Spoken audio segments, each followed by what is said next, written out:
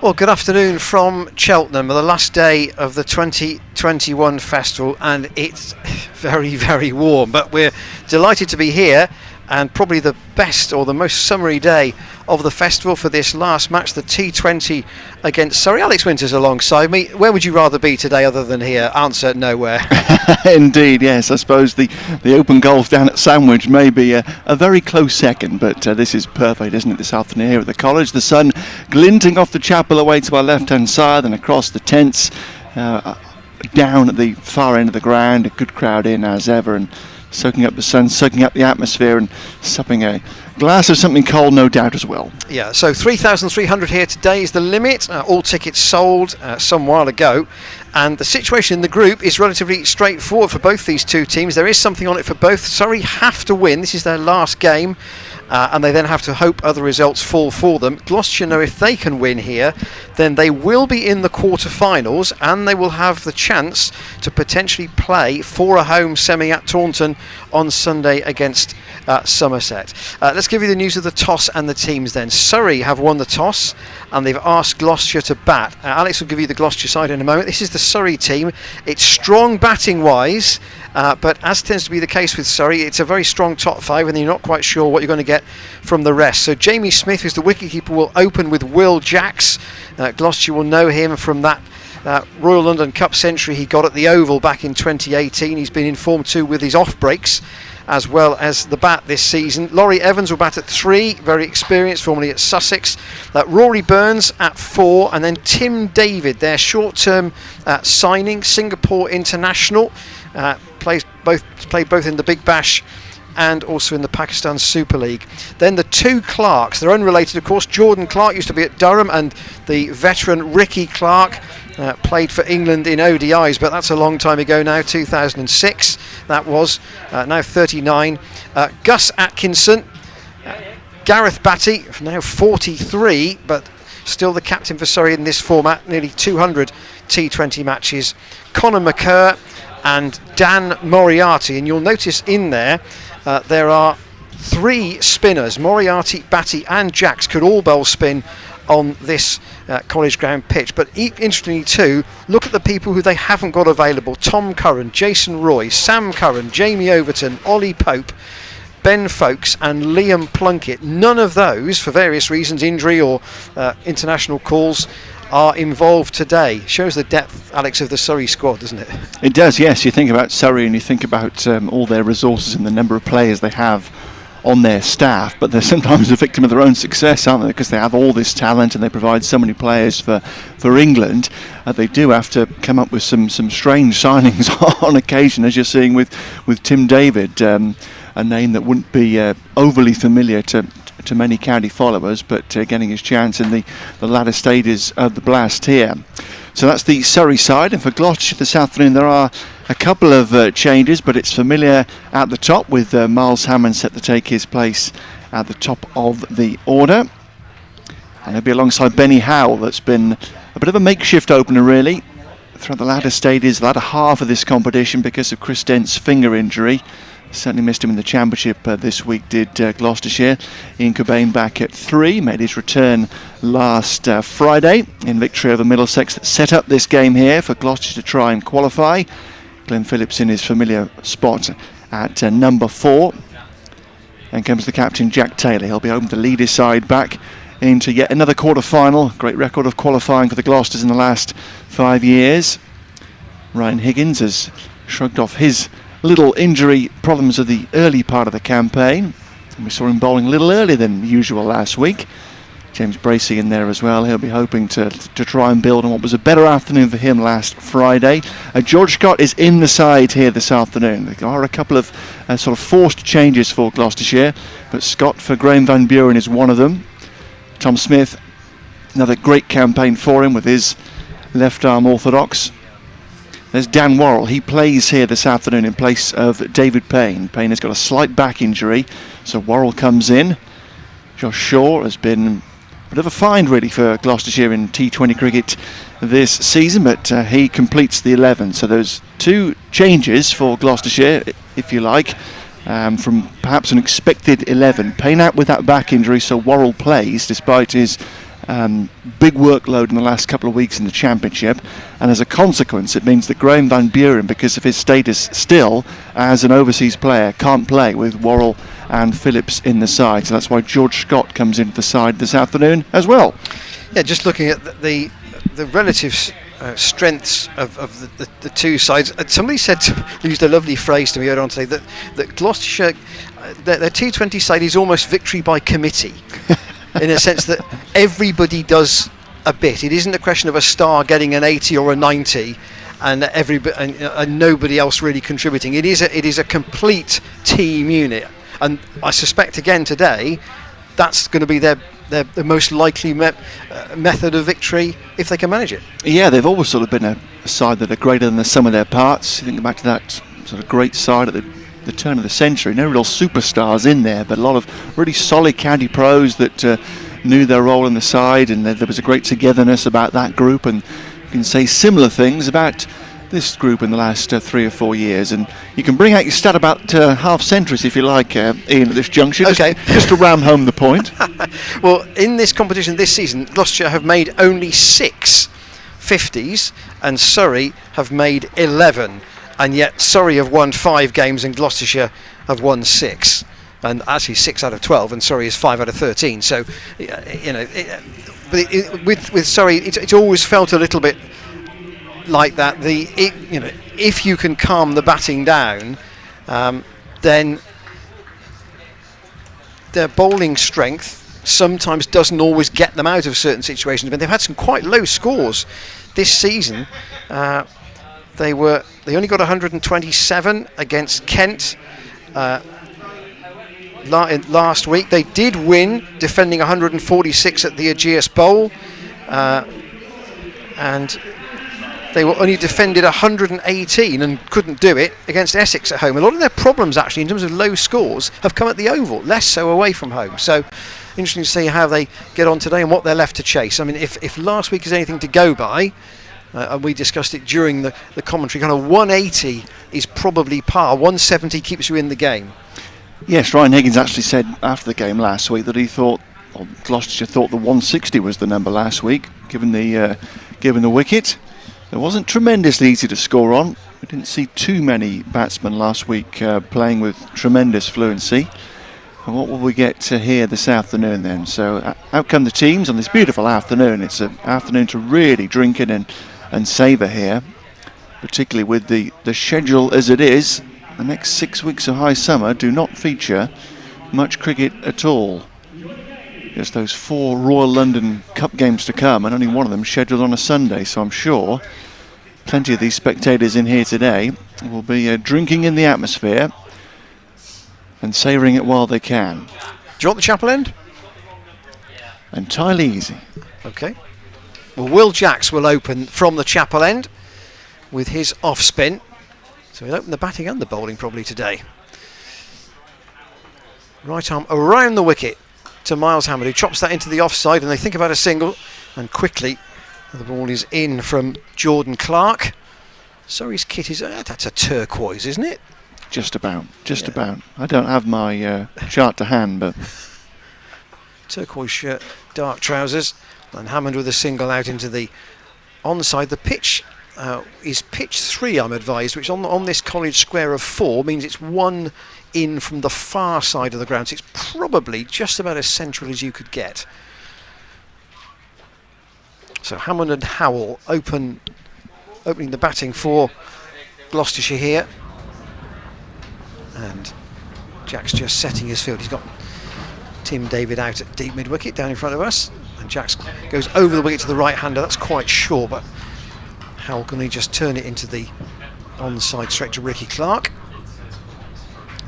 Clark and Batty will be patrolling those early areas. I think Howell sweeps this, and David's on the chase round the boundary, and he's just about stopped it.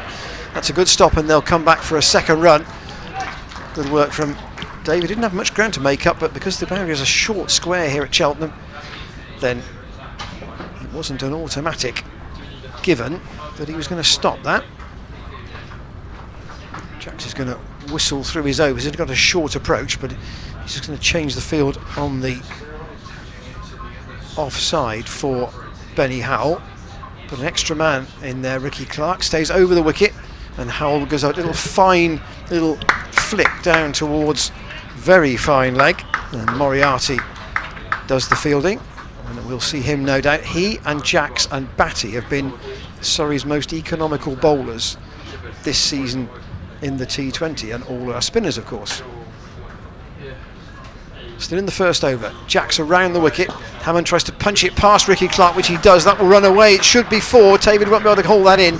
That's a nice shot from Hammond to get Gloucestershire away with a boundary at the end of the first over. 9 without loss. Hammond has 5 and Howell has 3. Fine piece of timing. The Gloucester's underway with a healthy opening over. Now, in the past few T20s, we've had a bit of a break from the main bulk of the competition before we came back last Friday. We have seen Gloucestershire losing probably a few too many wickets sooner than they would like. So I just wonder whether this afternoon there may perhaps be a little bit more circumspection in this opening period to just try and build a little more. Certainly in that opening over there was no real sign of intent, but we shall see. Both these players very capable of going from ball 1 if they need to, particularly Howell with all his great hitting ability. So here the field has gone back to third man and deep square, and a slip in as well here. And it's not a good start down the leg side. Mentioned the extras the Gloucestershire sent down in the week. Doubly important in this form of the game. An early sighter there for Howell. Against this brisk medium pace, medium fast. Another one down leg side, yeah, it's also going to be called wide. No hint of thigh guard or shirt on the way through there. Poor start. Just say Tom Lungley and Richard Illingworth are the 2 umpires. We did mention about wonder where Ricky Clark might field. Well, initially for the quicker bowler, not the spinner. He's in at slip, unsurprisingly. He's got a good record at slip in his career. Yeah, some of the best hands of the country, Ricky Clark. Oh, there's another one down the leg side. Yes, it is. Goodness me. This is a shocking start. 3 deliveries down the leg side, and it's been length deliveries, slid past Howell's hip that he's gratefully got out of the way of, and well, 3 extras to start the afternoon here for Atkinson, who didn't really enjoy his time at Bristol in the opening championship game. Finding his way in the game. Can he get one right? He does so, but that's a fierce drive from Howell and a run away for 4. Beautiful. Absolutely beautiful. Full of length, just outside the off stump, and Howell has just stepped forward and timed it ever so well out up towards the hospitality stretch tent to our right hand side. He crunched that, and interesting to see, having had 2 or 3 really dry days, and the outfield was quite slow in the first week, and it has quickened up a little bit, and today potentially it could be the fastest of the festival. You would think so, definitely, with the heat sucking any moisture out. Slippers out to mid-wicket, and Atkinson finally gets one right. And Rory Burns there coming across from extra cover to do the work here. Hoping to try and then give his side the chance to qualify this afternoon. Must-win fixture for Surrey. Gloucestershire have got a couple of stabs at getting through to the quarterfinals yet again.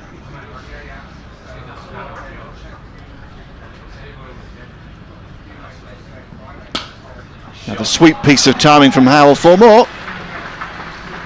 Offered just a fraction width, and Howell looking in the mood already this afternoon. Fine piece of timing. It was probably even better because he wasn't quite as full, and he maybe just had to manufacture the angle for himself as well. He did, just opened the blade on one there, steered it past Burns, and out once again towards the hospitality guests for a boundary. So a poor start here for Atkinson. They're great over for the Gloucesters, and Burns having to go across here to have a word with this bowler. Sent down 3 wides, has gone for a couple of boundaries as well. And without doing much at all, Gloucestershire have jumped out to a really good start here. Now there is a change in the field. Deep cover is going back, and third man is coming up. Still got the deep square back.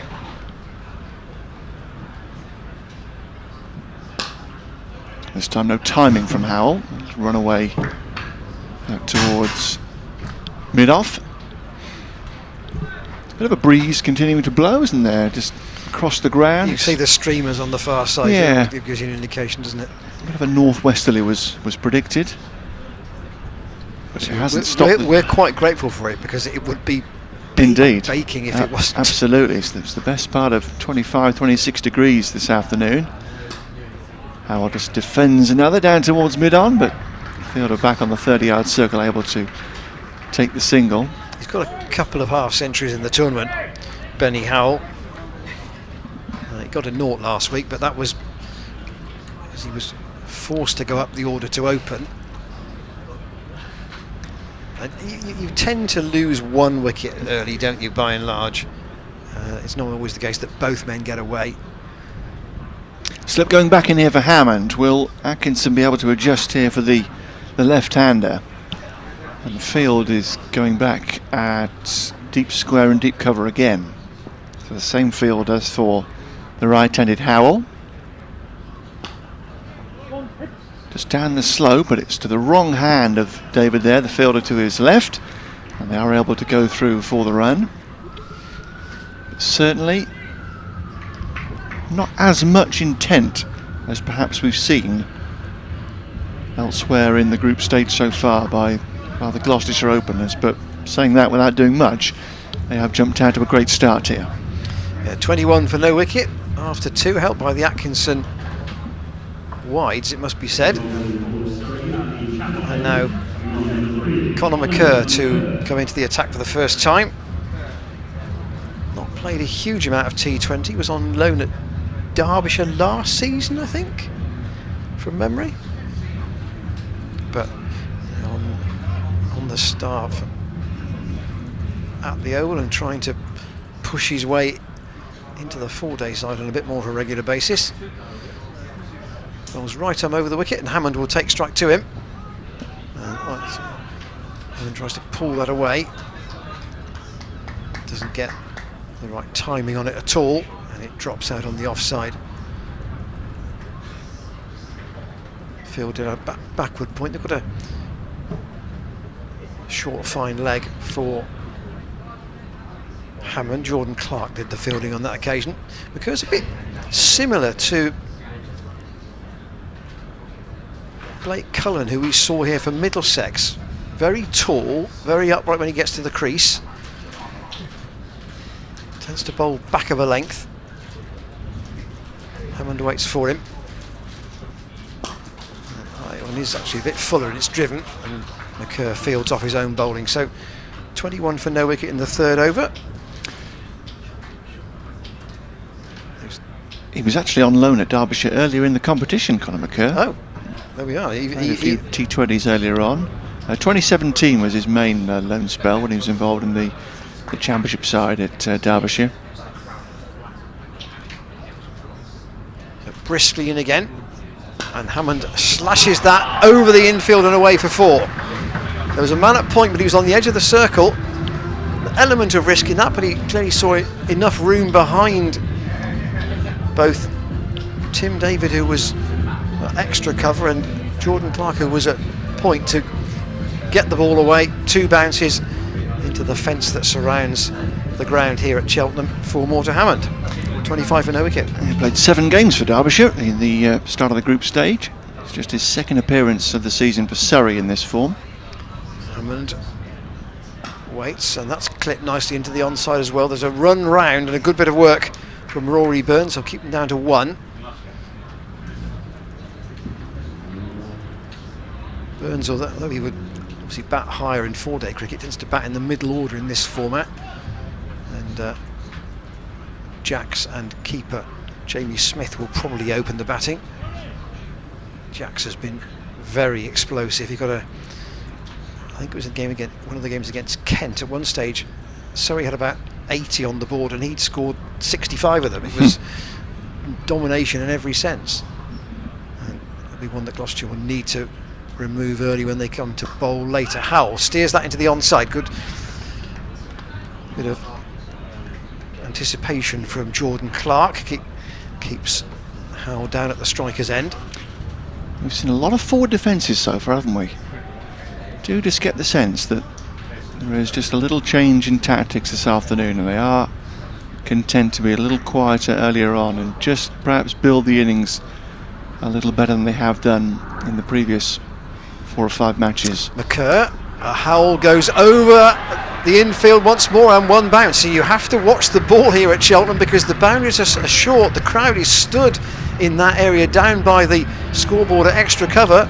But if you turn away to chat or have a drink out of a glass that's in front, you may have purchased half an hour ago, the ball could come flying towards you. That was 4 more. And at the end of the third over, Gloucestershire are 29 for no wicket. Yeah, a fine shot from Howell, but it was relatively risk-free because it was a bit of a half volley, over-pitched and just got his weight nicely into it. And again, the timing was excellent from Howell. He really is looking in good touch so far this afternoon. So we're going to get the 4th change of the innings so far with Jordan Clark coming on at the College Lawn end. This has been what feels like a quiet start for Gloucestershire, but they do have a good number on the board. Having been sent in, lost the toss once again here. Hammond has picked that up superbly well, all the way for 6. Ever so slightly back of the length, and that's probably Hammond's favourite shot, isn't it?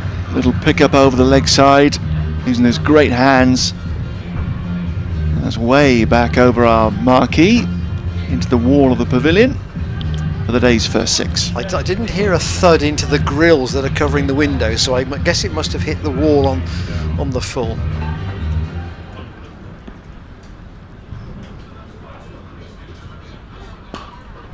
Oh, beautiful. There was a Hammond of yesteryear that played cover drives like that. Of course, he batted the other way around, but equally as beautiful. Yeah, that was absolutely square of the wicket, and it didn't deviate at all from the moment it left the bat. It didn't spin. It went literally traceable it straight down in front of the blue and the burnt orange marquees on the far side of the ground. So very quickly here, Gloucestershire up to 40 without loss. A really good start in just the 4th over, and just the start of the 4th over as well. Clark's gone for 10 in 2 balls here. And Surrey have got 1 or 2 things to think about in this must-win game for them.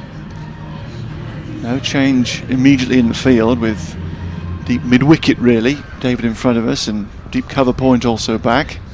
Does Clark have a response? It's pushed up to the right of mid-off. There is a fumble, and yeah, it's going to concede the run. Didn't go too far behind the fieldsman, but little bobble there allows him to get back for 2. Yeah, and I think that's Moriarty out there. And of course, he's a left-arm thrower, so he had to. The ball was in the wrong place, so he had to turn and then get his throw away. Just that extra split second allowed them to get back for the second run. So 12 off 3 balls to start the 4th.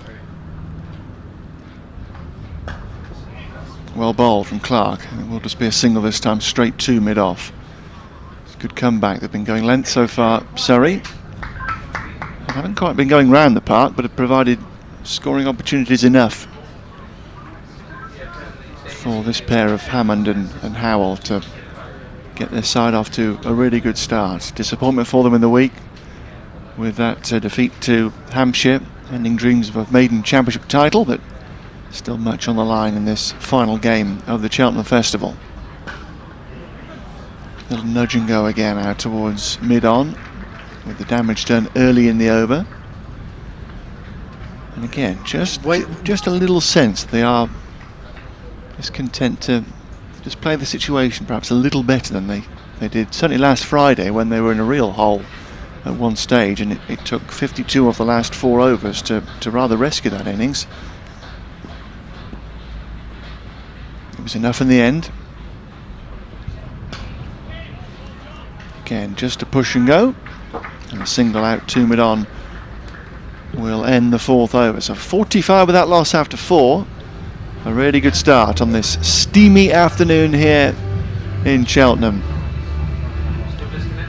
You're getting a good suntan up on Cleve Hill across from us if you're up there this afternoon. 16 off that over from Jordan Clark. So expensive stuff. And Atkinson is going to change ends and replace now McCurr. So Curry, sorry, certainly shuffling their bowlers round. They've still got the 2 spinners who surely will be straight into the attack when the power play is over. So Atkinson from the chapel end this time, over the wicket. Hammond flicks that into the man at mid-wicket. No run, but a healthy start, 45 for naught off 4. And with you, Alex, sometimes we've got to the end of the power play and Gloucester have been 3 or 4 wickets down. Yeah. It is a rescue operation from there. Atkinson to Hammond. Oh, he's played on. He's tried to go for the big expansive drive out past Ricky Clark at extra cover, and he's dragged it on Miles Hammond. He's made 25 off 15. It's a good start, but once again, as is often the case, there is a casualty in the power play, and Hammond it is today, having played 2 really glorious shots, in particular the 6 and the extra cover drive. But 25, he's off for Gloucestershire. Make his way back to the pavilion, and Ian Cobain comes out at number 3. And hanging his head walking off was just a little late, wasn't he? And that's what did for him. Little bottom edge into his stumps, just flicked the leg stump. But Surrey do strike, and they needed that wicket certainly, and won the toss. So success for Atkinson, having started with 3 wides. He changes ends and picks up a wicket. There is, we talk about this a bit more in the Championship than in the T20, but there is a very slight slope across the ground here at Cheltenham, and therefore it's not always easy for bowlers who haven't bowled here before to feel comfortable at the point of delivery. And Cobain chops that. We thought that had gone down towards third man, but in the end it had squeezed out on the leg side for a single. He was very unsure where that had gone, and in the end fortunate to get off the mark with 1 run. This is by some distance Surrey's best over so far, and Atkinson now to Hammond, to Howell, the 2 right-handers in, and Howell clips that nicely through mid-wicket. There'll be a chase round for David. He should stop it, and he gets a bit of help from Jordan Clark, and they'll come back for a comfortable 2.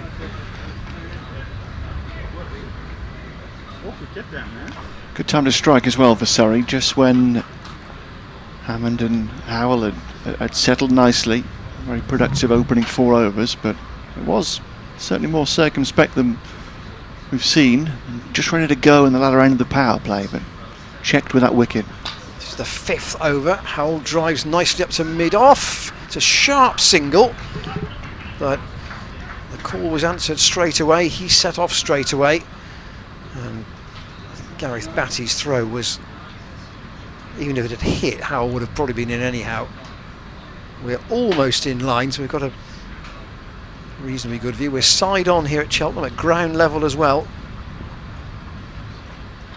And here is Atkinson to Cobain, who just squeezes that out on the leg side out to Tim Davey. But a successful over for Atkinson. That's by far Surrey's best over of the innings, with a successful return for Atkinson. 50 for 1 off 5 overs and 5 off the over.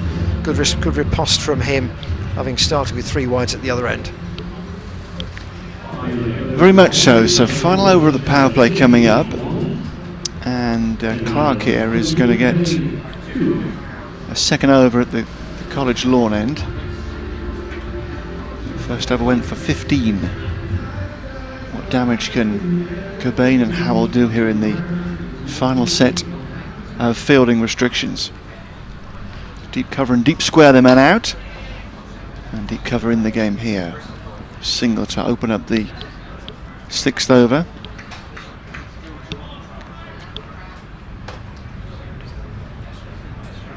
It's probably negligible, but that change in wind direction compared to last week maybe just put something in the back of your mind, hitting down towards the Sanford Road this afternoon. Coming towards us, as Ian was saying, the breeze today. I'll be withered again. Not tremendously disciplined from Surrey in these opening stages. And we've seen some examples, haven't we, this year where sides have given away literally just a handful of extras in some games, single figures, but Surrey at the moment, the wides are totting up. 4th of the game so far.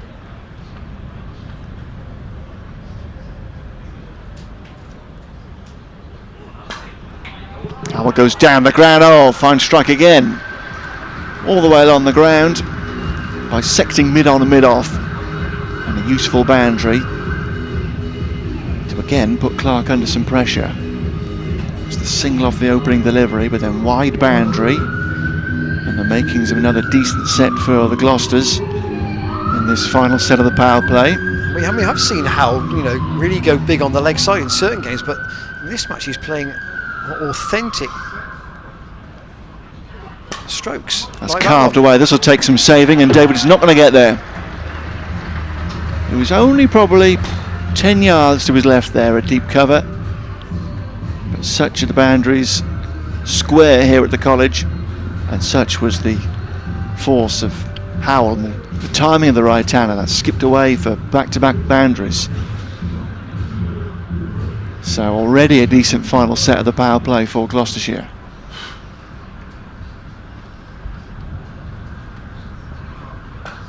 Pace off from Clark, nicely bowled, sharp single, they get home comfortably. Haven't seen too much of that so far, have we? Off-pace deliveries. I was going to say that was probably the first ball that we've seen from anybody who's trying to bowl with the slower pace, and of course that is Howell's forte. So I might just emphasise that with a stat I saw after last week's game about him, particularly here at Cheltenham. So 2 balls to go in the power play. Cobain on strike, and he can't get anything on that to steer it away past the infield. That was pace off as well. Yeah, Howell has taken 33 T20 wickets here at Cheltenham, which is more than twice as many as any other Gloucestershire bowler.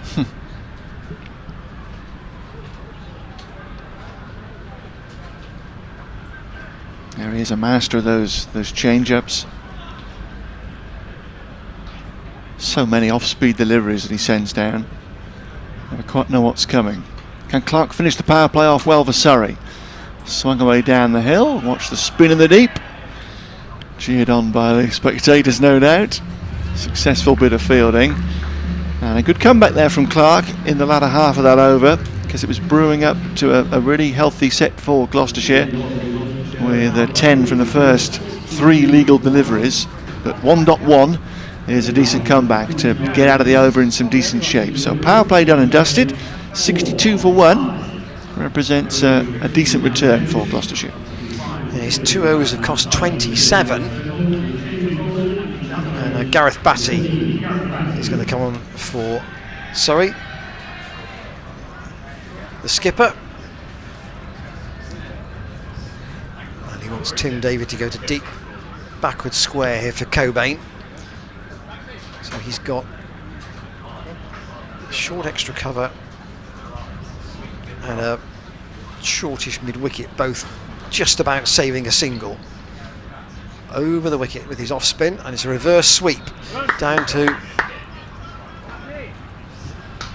to Jordan Clark, as you were, that short third man, doesn't bring him a run. Cobain trying to get into his innings. He's got 4 at the moment. And tries the reverse sweep again. And again, that's the same outcome. And Howell at the other end has 29 off 16. Very experienced operator, Gareth Batty. And again the reverse sweep, and this time Cobain doesn't get a touch, and it's taken by Jamie Smith. The pace of this game may change in every sense, Alex, when the spinners are on. Batty over the wicket. More orthodox from Cobain. He's like a little sand wedge into the leg side. He's beaten Conor McCurr, who's in on the single, and just dropped it in behind him, and Jack's had to come in off the boundary at mid-wicket to keep them down to 1. Now what will Howell do? Will he try the reverse sweep or go more orthodox? Now the answer is he's gone all more orthodox, but Batty has fielded that off his own bowling. This is a tight first over from Batty, who won the toss today. Said Surrey would field first. And that's a very good over from the Surrey captain. And Gloucestershire unable to advance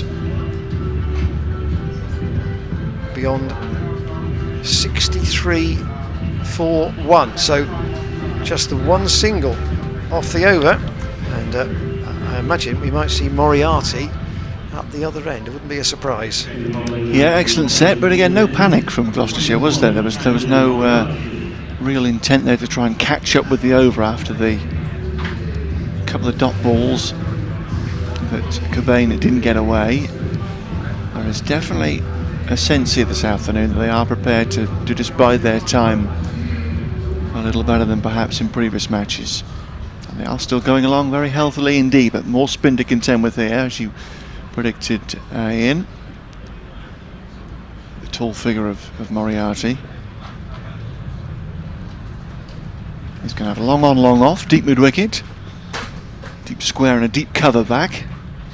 3 behind square and an extra cover in place. It's nicely struck. Will take some saving at long off, and long off won't get there. Reverse sweeps in the start of the previous over. Use the feet at the start of this one. Playing with the angle, with what turn there might be.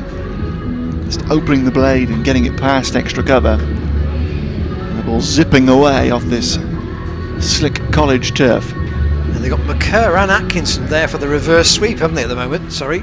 2 behind square on the offside. Almost skids one through, and Cobain a little inside edge.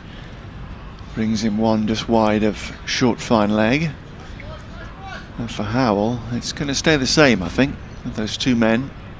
A backward point and short third man. Short fine leg, extra cover, the men in the ring here. Firm sweep from Howell. Will it beat the sweeper? No, it won't. It'll spin into his hands down the slope. Down towards, well, often the most vociferous of the festival goers down there. Particularly later on in the afternoon. It's Laurie Evans riding the boundary down there. Oh, he's got him. Cobain trying to go big, trying to go down the ground, but Moriarty's picked him up. And Cobain falls cheaply. Again, he was just looking to try and play, I think, with the spin. No, he went across it, I beg your pardon. It was a bit of a horrid hack in the end from Cobain. He misread that completely. Tried to go leg side, lost his off stump. So Cobain falls, and Gloucestershire have lost a couple inside 8 overs here.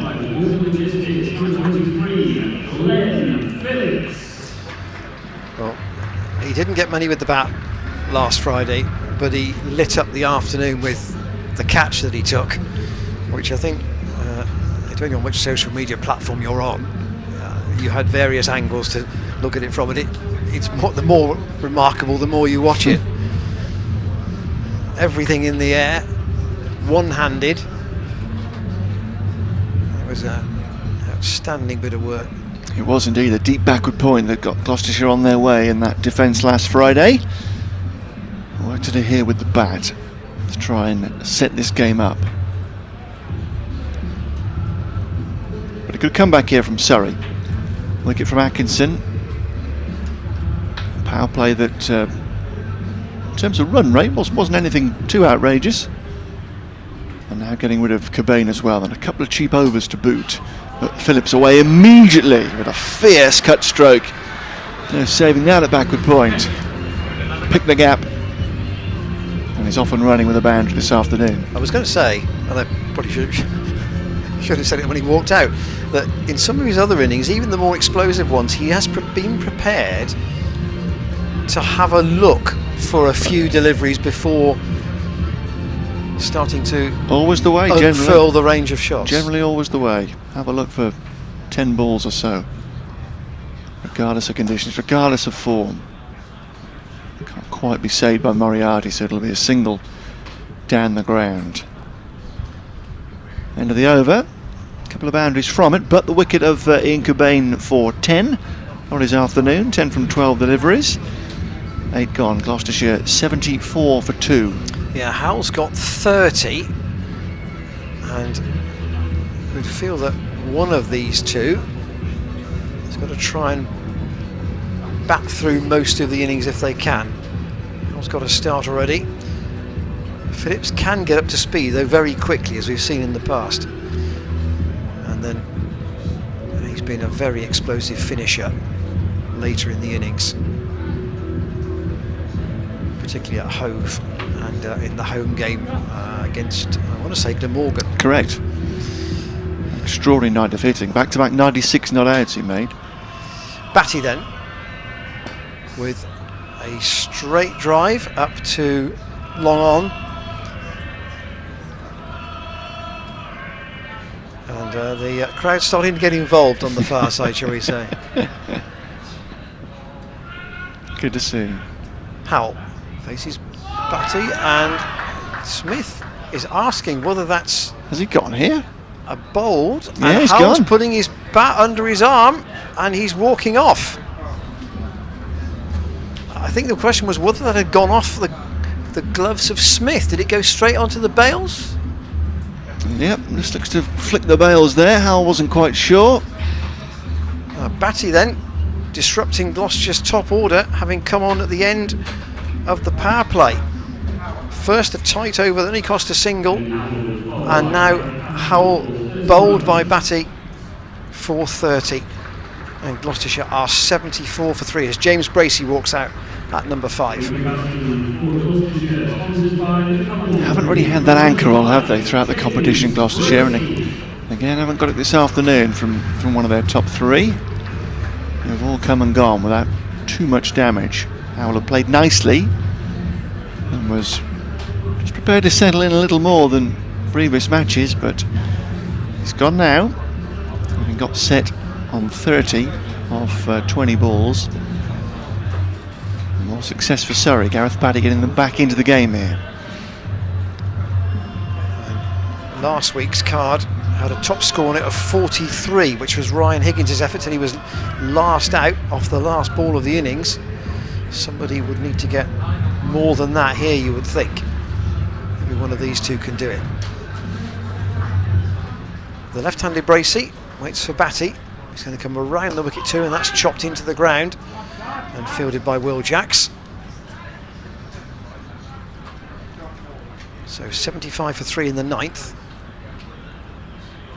And the sun's just gone in for a moment. Batty trots in, like it's fairly flat, and it's just whipped away by Bracey up to long on. The Kerr comes in, does the fielding, and just the single. Now Phillips has got Jacks at deep mid-wicket, David at deep backward square on the leg side, and Phillips plays that quietly up to long on, and they'll just content themselves with one. I'm sure that with Howell and Cobain having gone quickly, to come back to your point about making sure you have a bit of a look. Phillips is not going to go on the all-out attack immediately. You would feel that anyway. Batty into Bracey, and straight to Ricky Clark at short extra cover. Another tight over from Batty, who's brought himself on at the end of the power play and has led by example there really. He's bowled 2 overs for 4 runs and taken a wicket. Yeah, outstanding stuff. Really good stuff. Still doing his stuff is Gareth Batty in his 194th T20 here this afternoon.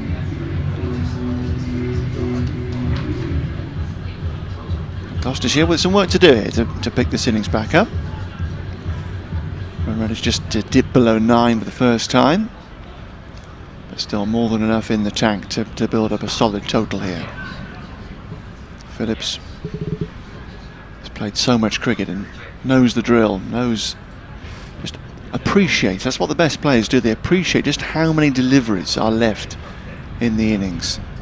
And even though it is a T20 and you think, oh, it's all a bit madcap and innings done in an hour and a quarter or something, you do have time. Nice touch from Bracey. It's going to run away out towards the chapel. And with the elder statesman of Ricky Clark in pursuit, it'll run away to the fence. Nice touch from Bracey. He'll be hoping to put his stamp on this competition for the first time, really. Saw signs of it last Friday against Middlesex. Nothing for him in the championship in the week. It's done by 2 fine deliveries in both innings. It's well struck. Went straight to David at deep mid-wicket on the bounce. Now, if you watch particularly the West Indian batsmen, some of the best in the world in this form of the game, they do soak up dot balls, and they don't mind because they back themselves to hit boundaries. And that's a little bit like the way Phillips goes about his business as well. He doesn't mind, like he does here, just working it around for a bit and just getting himself into the innings. But he always senses the time to go and senses when he can back himself to clear the ropes. Just that awareness of where you are in an innings. Fired in this time by Moriarty. Bracey back to deal with it. Picks up a single more and is flicking through a steady over here with the boundary. A couple of wickets in the space of 5 deliveries, rocking the Gloucester's progress here. Almost squeezing one through there. Phillips was late on it. Thick inside edge saved him, and the dot ball ends the 10th over. So 85 for 3 at the halfway point. Probably 1 wicket further down than Gloucestershire would like. We're made okay with the wickets in the shed. Yeah, so the 4 overs since the power play have contributed 23 runs. So you can see the impact of the spinners, particularly Batty, who is going to have a 3rd over, unsurprisingly. He's bowled 2 overs for 4. He's going to bowl from the chapel end to Bracey, who again is forced just to play a pretty orthodox shot up to McCurr at long on for a single. Ricky Clark's warming up. In terms of pace variation, he'd be a good option for Surrey.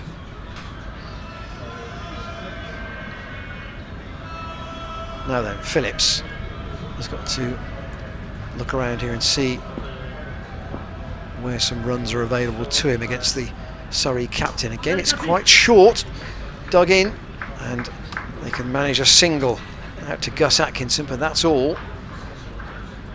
And we saw this a little bit last week, the bowlers bowling into the pitch, even the spinners. And Batty is doing that here. Bracey, well, that's tossed right up, and Bracey skied that. Now, is that going to go for 6, or is someone's underneath it? I think it's Laurie Evans, and he's taken the catch, and Bracey, I'm afraid, has to go. He didn't get enough on it, and Surrey get a 4th wicket in the 11th over. Bracey trying to clear the rope on the leg side and getting too much underneath it. and Bracey goes caught by Laurie Evans off Batty, who has a second wicket now, and Gloucestershire are 4 down. Identical dismissal last week, wasn't it, for Bracey?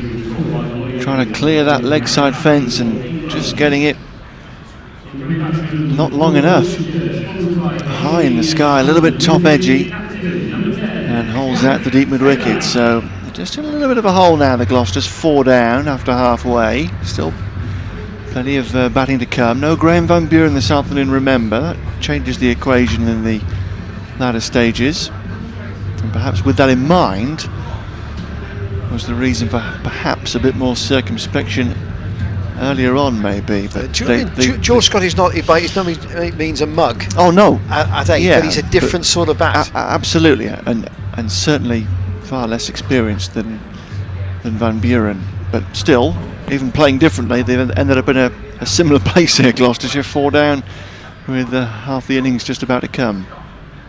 Jack Taylor faces his first ball and works it down to a short fine leg for a single. So 3 wickets and 18 balls they've lost. Yeah, and all the left-handers have gone now, so right-handers right down the order. And here's Phillips facing Batty once more, and again he'll just punch a single up to long on. Batty's in his 3rd over, and he's taken 2 for 8 at the moment.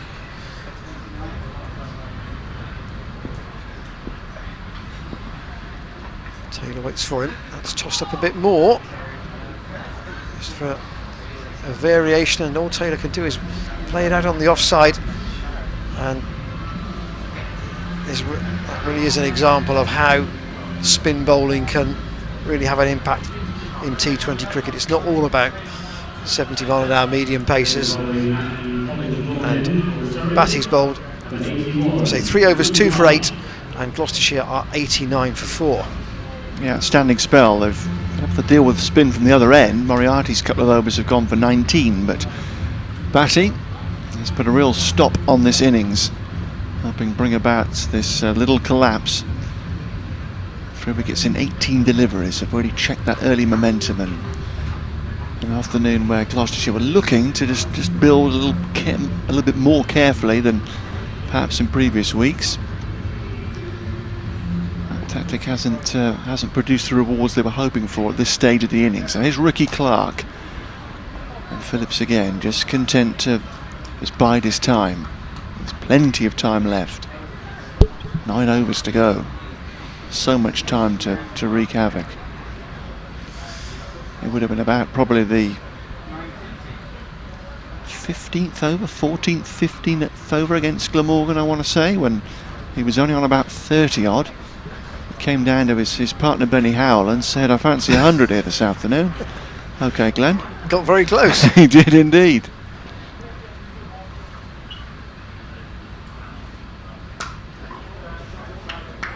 Taylor just working it away as a whiff of barbecue finds us in the marquee here in front of the pavilion.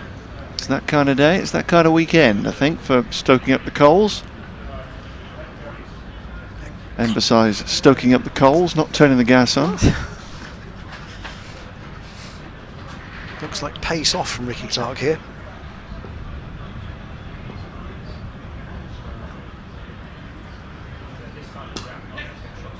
Little nudge and go again. Just recognising the game situation here with his side under some pressure. Sorry, we're quite happy to concede 6 singles. Oh, absolutely, yeah. That's what wickets do. Always the aim of a T20 innings, to take those wickets, and now we get to run through a couple of cheaper overs. That's what Batty and Surrey have managed to do outside the power play. Gloucestershire have stumbled. Must be a single more, I fancy here. Phillips will push hard, but single not available. Good call. It was a good scrambling off the deep mid-wicket fence by Will Jacks. That was the right call. It would have been a run and a half, no more than that, wouldn't it?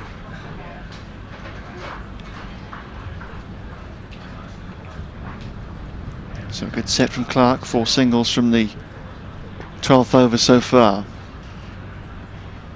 His wonderful silver hair comes in again. In the air for a while, but well short of long on. A wristy punch down the ground from the New Zealander.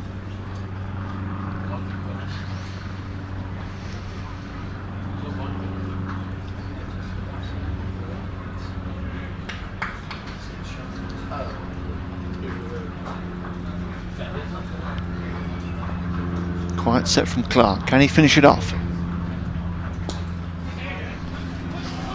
Steered away nicely this by Taylor. Is he going to skip away towards the fence? Short third man in pursuit. He doesn't get there, so that's a useful boundary. Nicely played by Taylor. Just offered a fraction, little bit of width here. Opens the blade and steers it away between backward point and short third man down towards the Bath Road for a boundary. Just improves that over and makes it a decent one for the Gloucesters. 9 from it. So they just try to build now for a bit of a push in the latter stages, you fancy. So Batty, unsurprisingly, is going to bowl through. Gloucestershire have lost so far Hammond for 25, Howell for 30, Cobain for 10 and Bracey for 8. Phillips has got 14.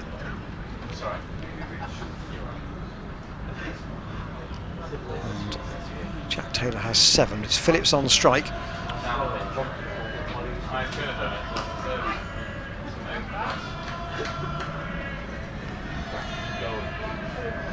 It's Batty who seems to be getting the bulk of the stick here, isn't it? Have you noticed? The crowd are getting involved when Batty is bowling, but not from the other end.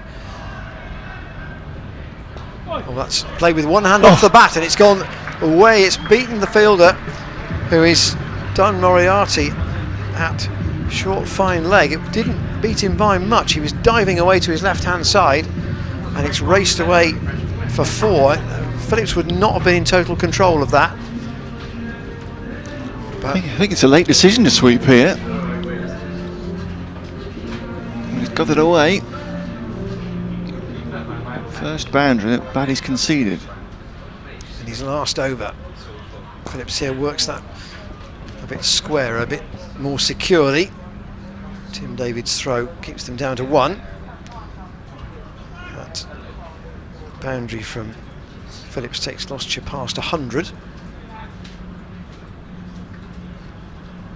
Still Higgins to come, and he produced a big finish last week.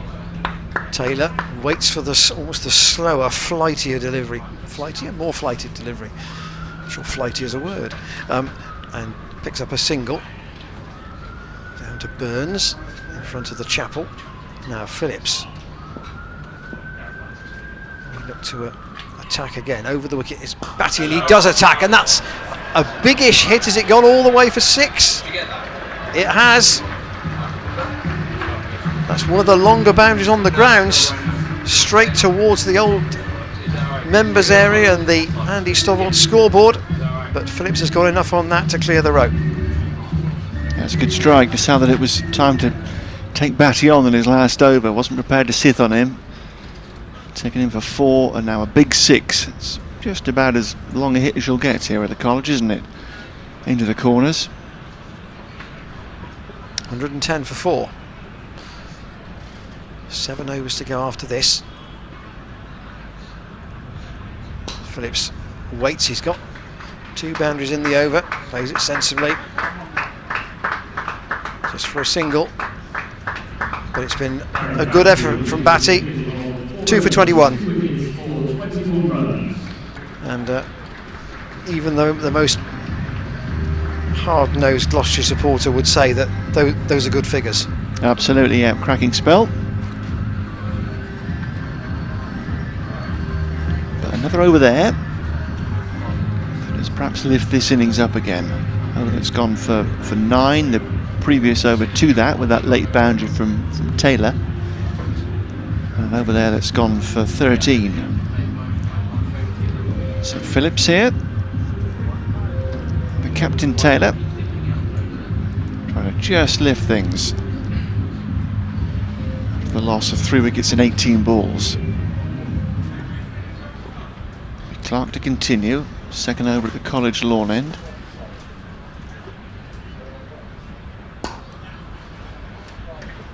Just be a single. Up the slope, out towards us. Has Phillips got probably 3 more overs, playing relatively circumspectly, do you think, before he might really think about having a charge at it? As I was saying before, I've got to be conscious that there are 4 wickets down. I think he is very much a really effective player at playing the situation. If he sees a ball as he did there from Batty in the previous over, he's prepared to take it on. Taylor trying to steer it away again. This time doesn't get it past your third man. Surrey doing quite well with Clark and Moriarty, and McCurr to a lesser extent. They're being careful where they put them in the field. They know where their better fielders have got to go.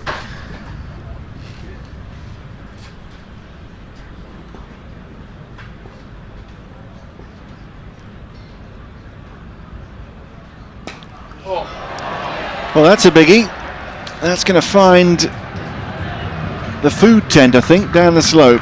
Yeah, that's cleared the people standing watching the cricket, as in looking towards the cricket, and there's a gap of about, I would say, 10 to 15 yards down towards the Woozy Pig. Other outlets are available, and it's landed about 2 bounces short. Yeah, could pick up from Phillips, or a ball just back of a length. It was a sweet piece of time. He didn't try to overhit it. Would have cleared him. Could have fooled me. He didn't though. I know. Nice balance on the stroke.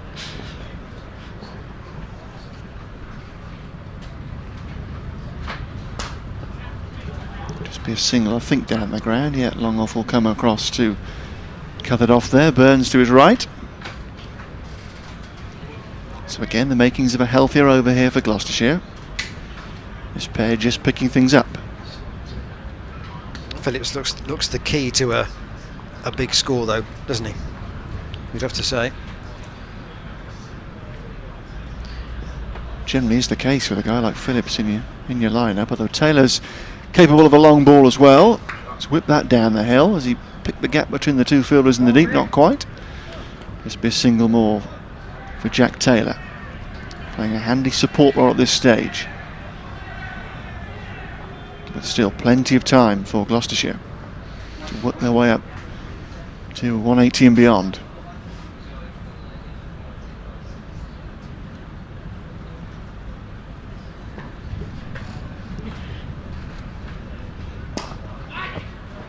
Can't get it past extra cover.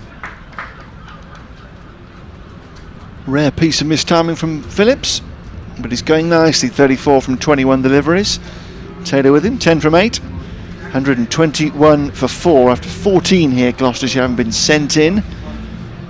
Trying to repair the innings after that wobble brought about by Batty, but Batty is finished now. Surrey will try find a way through by other means. It looks like Will Jack's coming back into the attack now. Yeah, so the off spin continues from the Chapel end after Batty's full stint straight through, which is relatively unusual nowadays, often multiple changes. And Jack's who bowled the first over of the match, so they come back and bowl over the wicket with his off spin to Jack Taylor, and again he's adopted the Batty approach. It's almost like back of a length, or easy approach, and again quite short, and it's chopped away by Jack Taylor for a single. Down to Laurie Evans at deep point. He took the steepling catch that removed James Bracey off Batty, and Phillips now takes strike to, and the crowd once again trying to put Evans off, and Phillips goes aerial here. Where's that gone? Oh, that's 6 more. Atkinson just watching that go past him. He went as if to see if he could get underneath it, and then turned round and saw it was going way over his head. 6 over deep mid wicket to Phillips, and Gloucestershire with Well, where's that his ended up? third maximum for Phillips. That's a big and his strike. The fourth six of the innings. Towards the players' dining room there. They want another ball, unsurprisingly. So Tom Lungley's chosen one from the box. I couldn't quite tell, but did he clear the pavilion? Well, wherever it's gone, It ain't coming back. They don't want to. They don't want to hang around. Phillips onto 34. My screen's just ticked up. He's onto 40 now, actually. 128 for 4. Jacks again to Phillips. Oh, where's that gone? That's a big hit too. 6 more. Jacks kicks at the ground. Phillips goes to 46 with 2 big blows here. This one's straighter. And down just to the left of the members area at long on for 6. They have retrieved the ball this time. Another lovely sweet strike from Phillips. 46 off 23. Just the hand speed through the ball that we've seen throughout the competition so far. 134 for 3. Don't get too excited. And that's the sensible thing to do. Just to pick up another run. You've got 2 big shots in the over. Well, some coaches will say the sensible thing to do would be to whack another 6. Yes. But you'd rather be there at the end, having sacrificed the big blow in the 15th over. But Phillips has dented Jacks's figures there. 136 for 4 Gloucestershire with 5 overs to go. That over cost 15. And Jacks has bowled 2 overs for 23. Yeah, they've just been building quietly here, Gloucestershire. It all started with that angled boundary from Taylor off Clark, and since then they've taken 3 overs in succession for double figures. And this partnership really is starting to make some progress now. Moriarty is coming back here at the college lawn.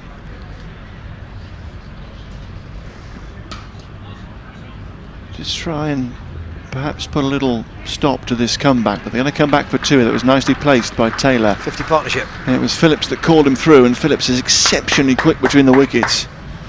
Came scuttling back for the second. That's where you get your 2s at the college. Into the corners.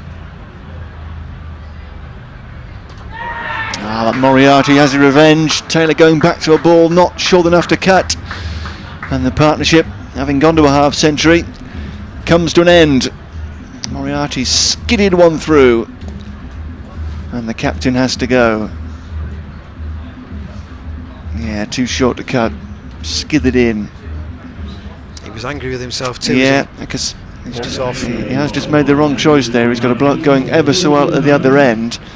Nudged it around, give him the strike. He'd done that job very well for 12 deliveries, but decided to try and, or maybe he decided that was his single option there, to just try and cut one away the deep cover. Either way, a moment's regret. Taylor has gone for 14 in the Gloucester's 138 for 5, with not as long a batting order as they sometimes have, with that man walking in front of us, taking the drinks off Graham Van Buren, not in the side this afternoon. You are just joining us, didn't hear the team news earlier on. Dan Worrell is playing here because David Payne has a slight back injury. Worrell as the second overseas player means that Graham Van Buren, because his status is still as an overseas player, cannot also play. So George Scott replacing him. Wicket dot, just what Surrey needed. Brought Moriarty back for his 3rd over here. For an expensive couple. Hoping to just try and quell this Gloucestershire revival. So far this over has done just that.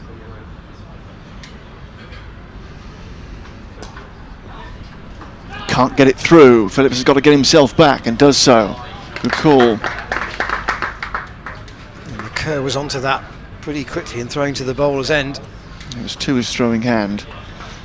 And a good height as well, so he was able to set quickly for the throw.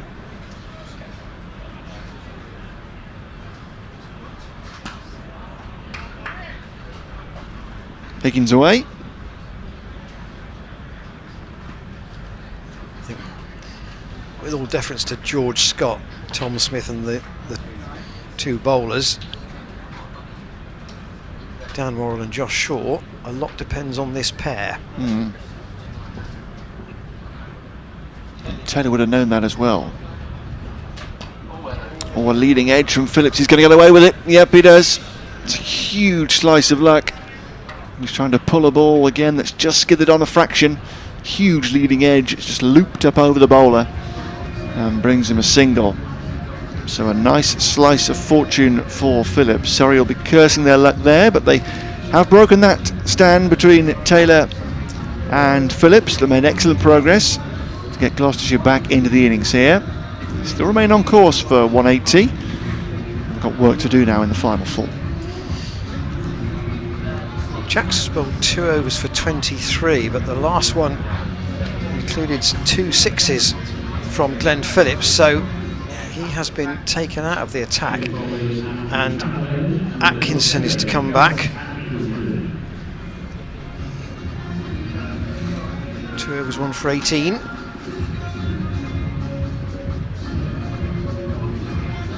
.140, 4 overs to go. Say four tens would get you to 180, obviously. I might hope for a bit better than that if they can manage it. Phillips on the full, could be out, and is out. It's taken at long on. I think it's Rory Burns coming in there, and that's a huge wicket in the game, and Phillips is pretty angry with himself too as he walks off. It was a full toss from Atkinson. He hit it on the full. It was low, it was powerful, but coming in from the long on boundary, Rory Burns has taken the catch, and Phillips has to go for 48. Yeah, it's a massive moment. Low full toss. Phillips has just picked out the fielder in the deep. Huge slice of luck the previous delivery. No luck this time. And Gloucestershire now just looking a little light in these latter stages. Still a lot of time to come in the innings. And what to do to build up from what we've seen so far.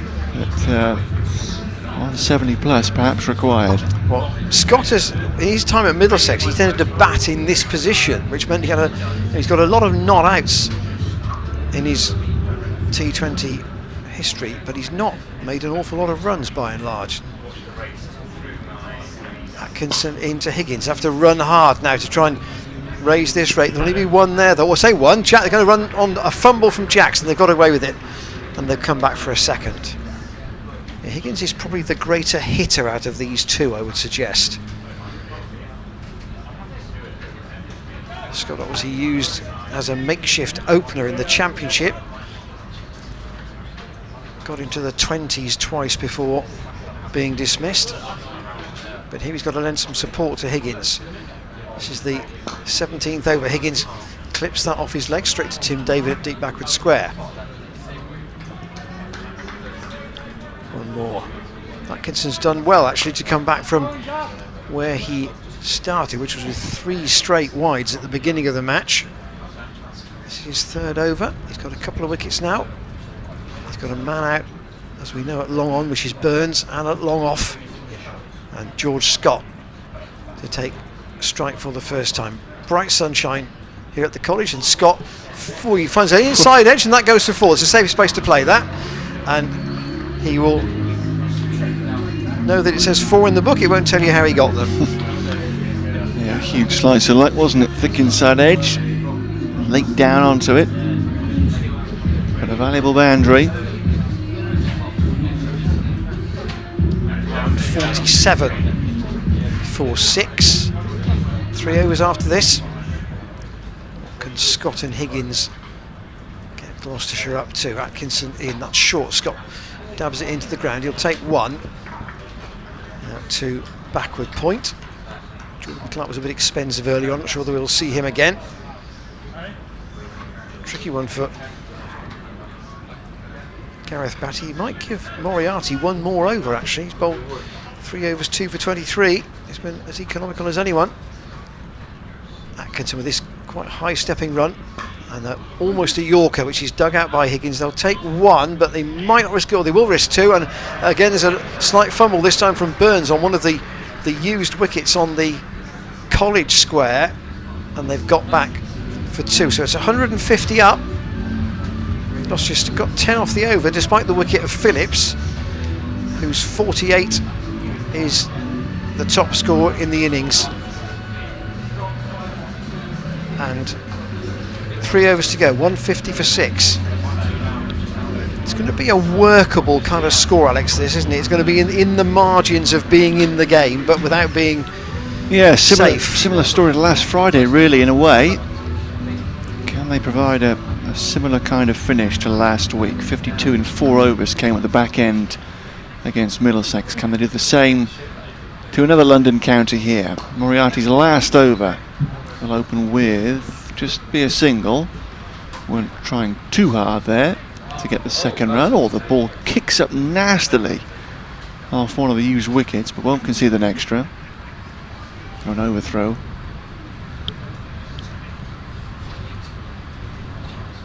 So Higgins on strike here. He'll fancy facing the majority of the deliveries to come. Whips one down the ground for a single. A good comeback from Moriarty. Previous over considered just 4. And we'll hope to finish his spell off well here.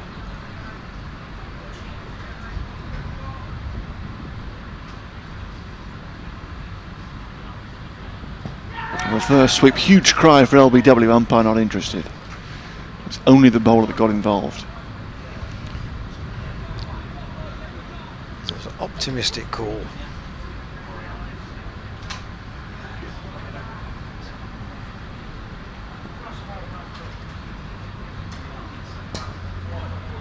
Just going to be one more, so it's really good stuff from Moriarty. He and Batty have both bowled shorter than you would normally expect, I think, of a slow bowler, but they've worked out that the ball isn't coming on quite so easily as the batsmen think. Oh, Higgins has a real swipe and gets only fresh air, and Moriarty cannot believe he hasn't picked up a 3rd wicket. Well, this is excellent stuff from Moriarty in the 18th over. It's gone for just 3 singles so far. And just a single more here out of deep cover. Very, very good from Dan Moriarty.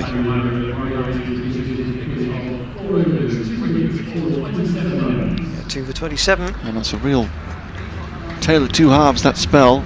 Expensive in the first couple, outstanding in the last couple. Going for just 8 runs in 2 overs at the back end of the innings. Excellent stuff from Moriarty. So once again, the Gloucesters have it to do to try and work their way up to 180 with just 12 balls to come. 153, 154 for 6. And here's Atkinson to finish his spell. And that's work behind square. That'll be 4. That's pick the gap, Higgins. There is a man at short fine leg, there is a man at deep backward square, but there is a gap between the two and he's bisected them perfectly.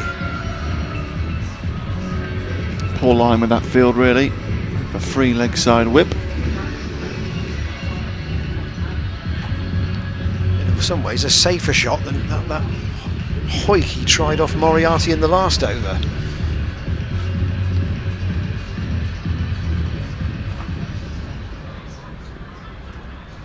Higgins waits again for Atkinson.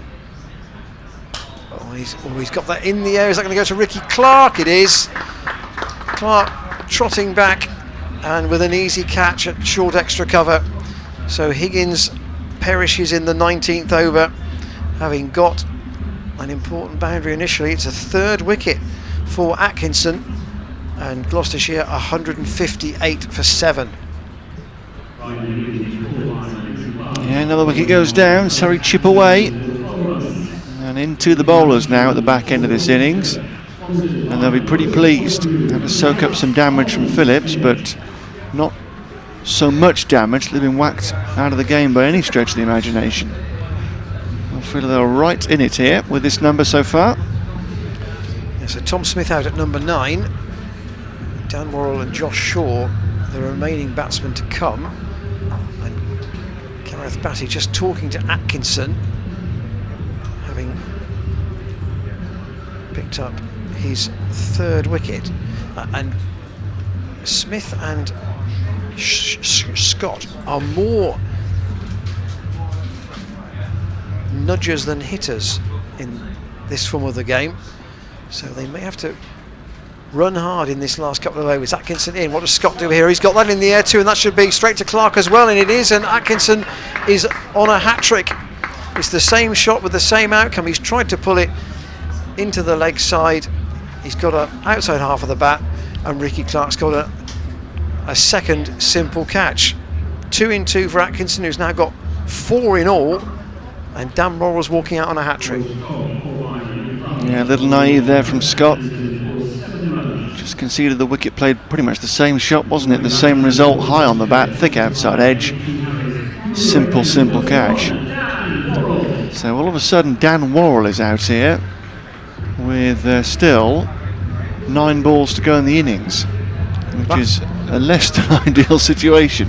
Yeah, the batsman crossed while the ball was in the air, so Worrell actually won't be on the hat-trick board. It'll be Tom Smith who's got that honour, if I can call it that.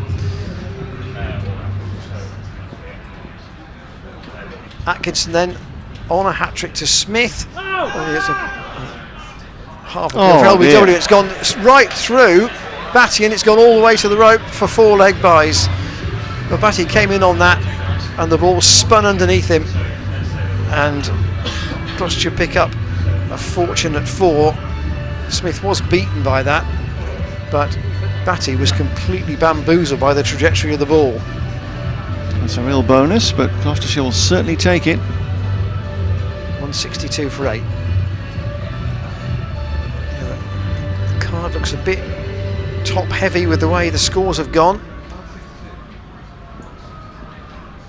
A 25, a 30 and a 48 in the first 4, and the next highest score is 14. Smith waits for Atkinson in his last over and just dabs that back up the pitch. They might look to run 2 here, but they've thought about it twice, because the man coming across is Colin McCurr, and Atkinson is going to finish with some pretty good figures here. He's 4 for 33 with 1 ball to go. Yeah, having started with 3 wides, it's been a steady comeback.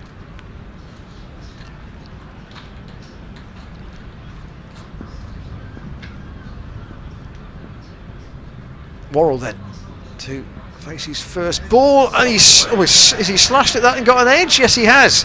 I didn't know whether that had missed the bat and beaten the keeper as well, but Worrell's got something on it. He slashed hard and got 4, and Gloucestershire will be grateful for it.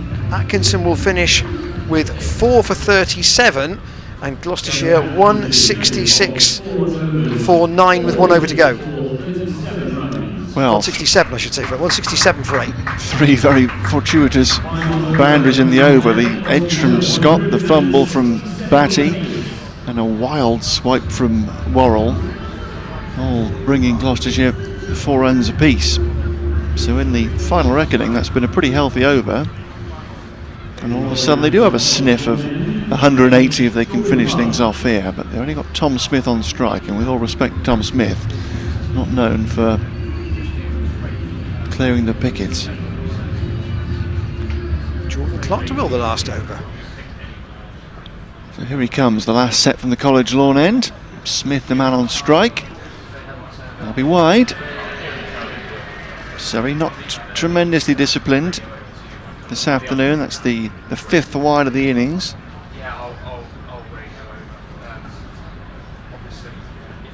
Clark will have to try again. Deep square, deep mid wicket, long off, long on, and deep cover the man out. Short fine leg, short third man, backward point and extra cover, all on the ring here. Oh, that's got through. It's another slice of luck for Gloucestershire. It's going to run away for 4 more. Well, they didn't enjoy too much luck yesterday, or Wednesday should I say, against Hampshire. as they try to save the game, but they're enjoying a bit of luck here. A few edges flying away, the odd misfield. And that is a very, very useful boundary to effectively start this final over. And 180 is in sight.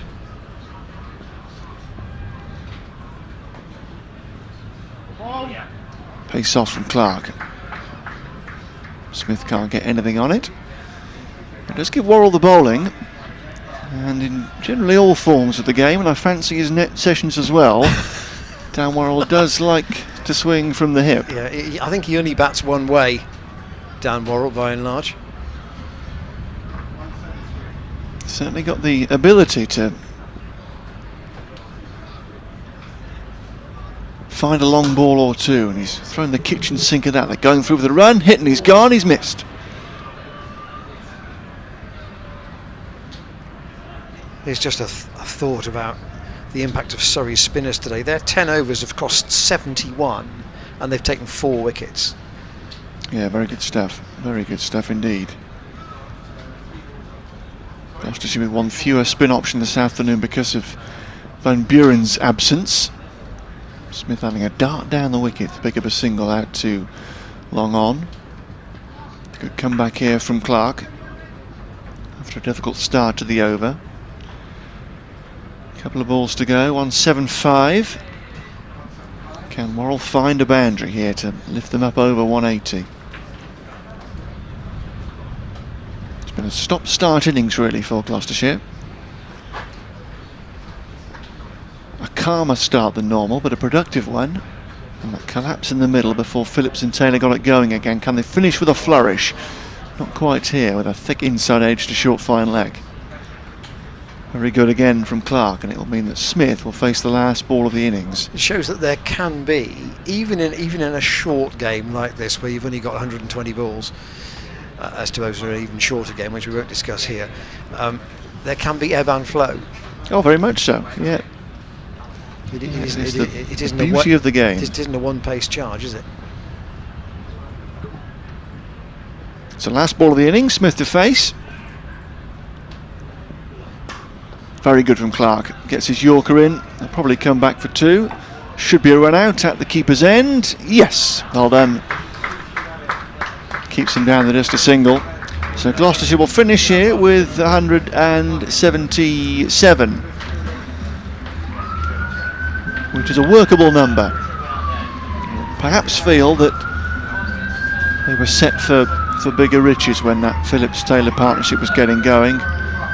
But Phillips in particular holding out to long on when he did was a massive, massive blow, and he was just beginning to find his stride. And Surrey have dragged things back quite well, and at one stage it looked as if they were looking at up towards 200.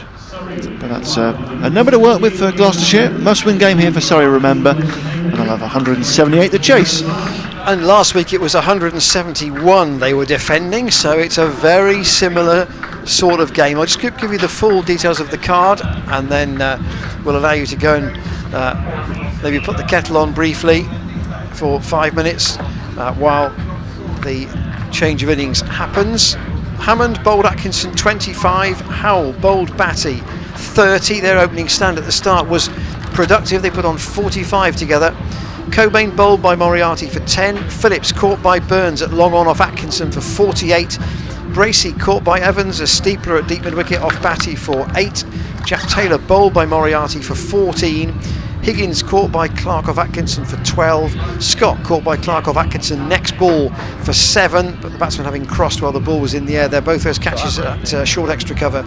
Smith not out 6, Worrell not out 6. There were 10 extras and 176 for 8. The Surrey bowling figures: Jacks 2 overs for 23, Atkinson 4 overs 4 for 37, came back well after his wides at the start. McKerr 1 over for 9, Jordan Clark 3 overs for 36, Batty 4 overs 2 for 21, Moriarty 4 overs 2 for 27, and Ricky Clark 2 overs for 19. So that's where we are at the interval. Gloucestershire with a workable total, But as we said last week against Middlesex, it's the sort of total where you can win, but you've got to bowl well to do so. We'll be back with you in about a little over 5 minutes or so, maybe close to 10, because there'll be some entertainment here on the outfield during the interval with our sponsors Thatcher's, and Gloucestershire will defend 177 for 9 when Surrey come to bat shortly.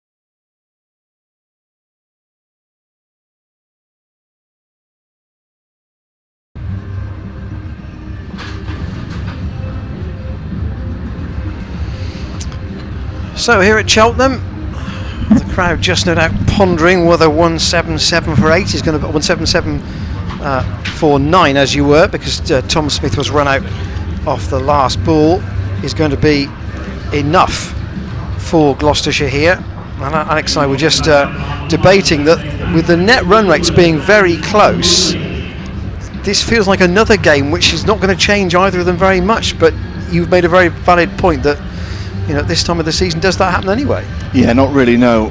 When you get this amount of games and this amount of data into the net run rate calculations, it doesn't really shift, even if Surrey, for instance, were able to romp home here in 15, 16 overs. It doesn't tend to make that big of a difference. Earlier in the tournament, if you win your 4th or 5th game with a big old stuffing, it can go swinging wildly one way or t'other.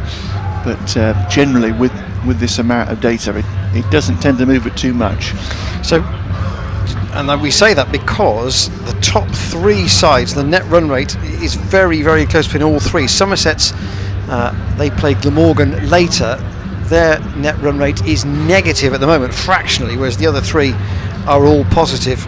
But it remains to be seen what happens here. So for Surrey, they will open with their wicketkeeper Jamie Smith and Will Jacks, and Gloucestershire have got 1-7-8 to defend, and they've often used a spinner at the start, and today it looks like being Glenn Phillips. Yeah, no Graham Van Buren, as we've been mentioning throughout the afternoon.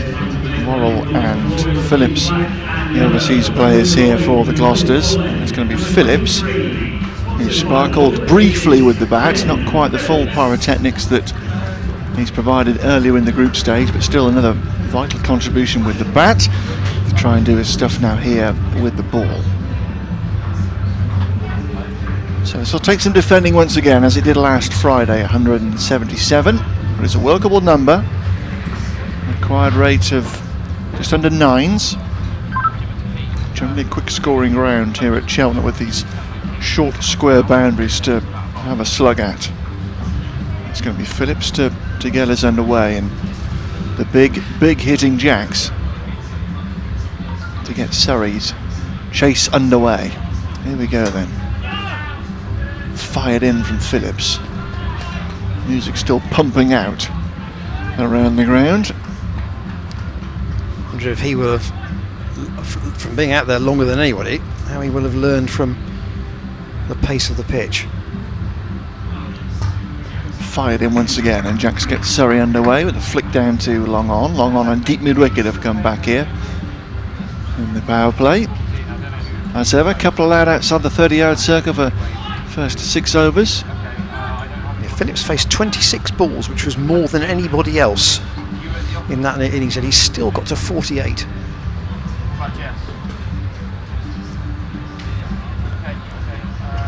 Top flicker of Jamie Smith, opening the batting alongside Jacks.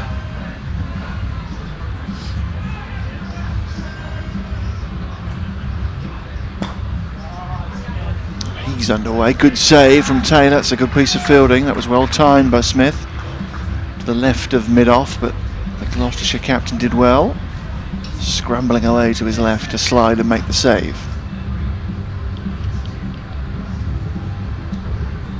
So long on and deep mid wicket out. Oh, having a dart at the leg side early was Jackson. Got only fresh air. Phillips bowling quickly and into the pitch. Almost getting one through, or did get one through, but Jack survives. Around the wicket, Phillips. Just trying to cramp that angle a little bit. Jack's only able to push it down the slope for a single. Tardy start from Phillips.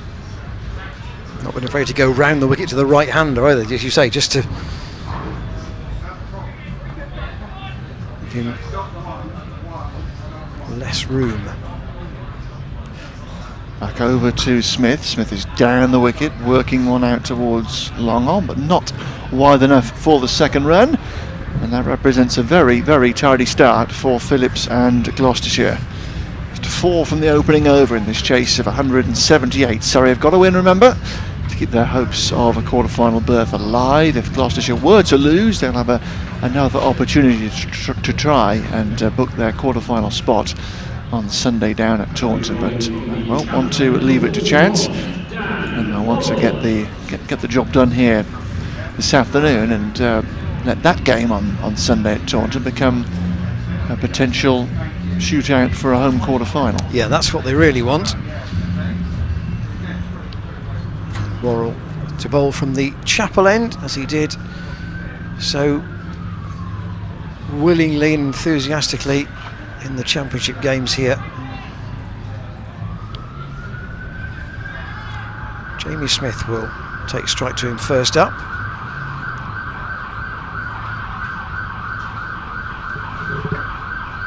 She's got a third man back.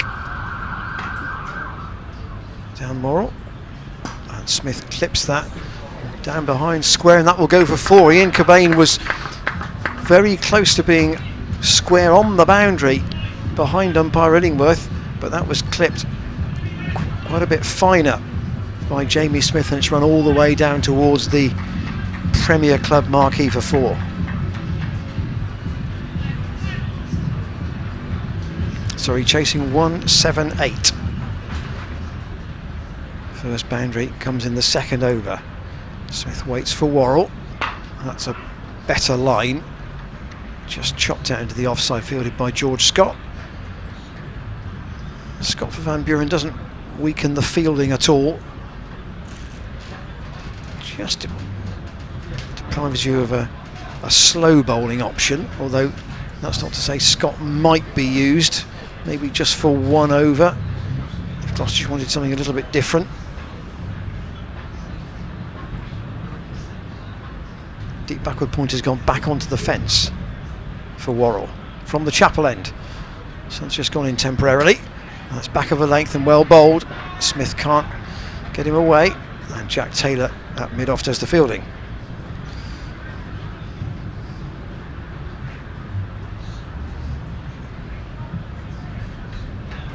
Atkinson, perhaps more of a skiddy sort of bowler, but actually latterly he was trying to bowl it a bit more into the pitch.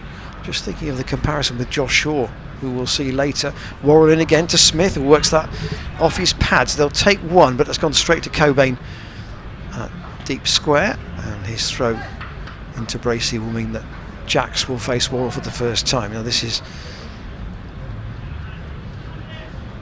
where Gloucestershire know Surrey have got real ability with this bright young talent, certainly in white ball cricket. Worrell to Jacks, comfortably out in the offside, but straight to Benny Howell.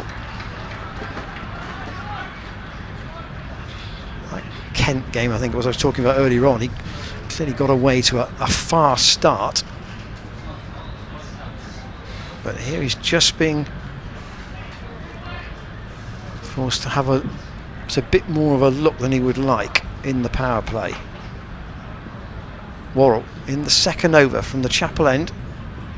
Bowls, and Jacks hits that in the air, and that may have gone all the way for 6. It has. Deep backward square, won't reach it. It was only a bit of a flick really, and Ian Cobain, even though he'd gone finer after seeing that earlier boundary, unable to do anything about it, and Jacks picks up his first boundary of the innings. That felt pretty risk-free from the opener, and 15 for no wicket, sorry, after 2 overs.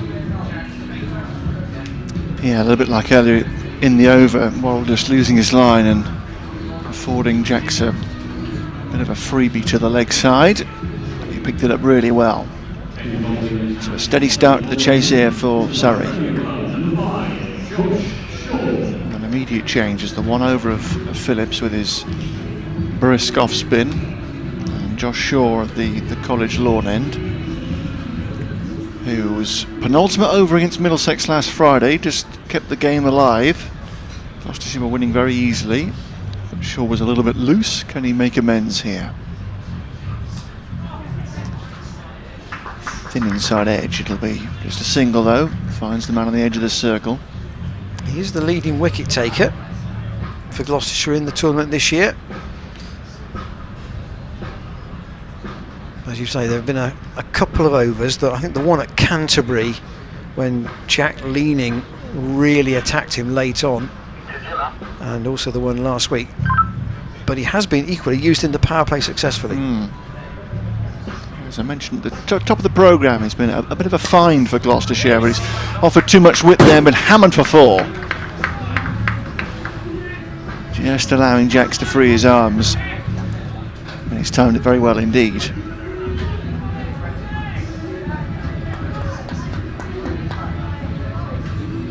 Yeah, rang bad delivery. Far too much width available, and Jacks puts it away. So some early pressure in the over.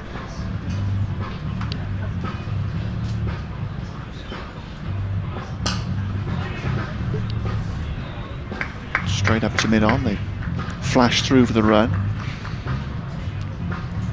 Well, the one answer, of course, from Gloucestershire, if they can, is to try and keep Smith on strike as often as possible. If he hasn't got the fireworks and the range of shots that Jacks has, more of a worker of the ball. Still capable, and still a good record for Jamie Smith. Whip that down the leg side, it'll be 4 more. Sure, 2 straight this time. 1 too wide, 1 too straight. Concedes another boundary. So despite the music pumping out around the ground, perhaps unscheduled it must be said, this music, the college ground becalmed for the moment with this good start for Surrey.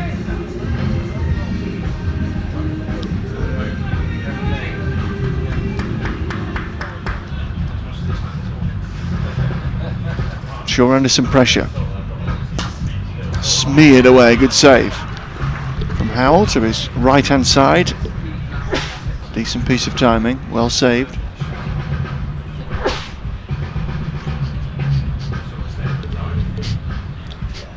Somebody told the Caribbean band they don't need to play after they start the second innings. Well, we're doing our set, you know. We're here to do an hour. Yeah, they're tuning up, aren't they? Other side of the ground. Little drop and go will bring an easy single.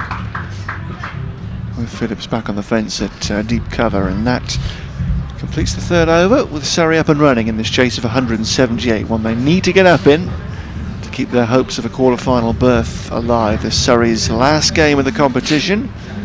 If they win here, they will go to 15 points. Potentially could leap up into second place in the table, with Sussex going to Hampshire later today. Second of 2 games at the Ageas Bowl this afternoon. Hampshire already underway in Act 1 of the T20 double against Essex. Here's Worrell, that's pulled away. Straight though to Cobain. Just be a single to Jamie Smith. Sorry, 27 for no wicket. Gloucestershire's 4th over when they batted brought them 15 runs, so if Worrell can tighten things up a bit here, it would be more than useful from a Gloucestershire point of view. Jacks waits for him, and he tried to again play that into the same area down towards Cobain at deep square, but didn't get anything on it, and the ball dribbles out just in front of the wicket. Howell and Taylor just having a chat. Howell's at extra cover, Taylor at mid-off. Higgins, I think, is down on the point boundary. Phillips at backward square. And Worrell again to Jacks. Again gets that off the bottom half of the bat, and it therefore only goes up to Taylor at mid-off. Doesn't time it.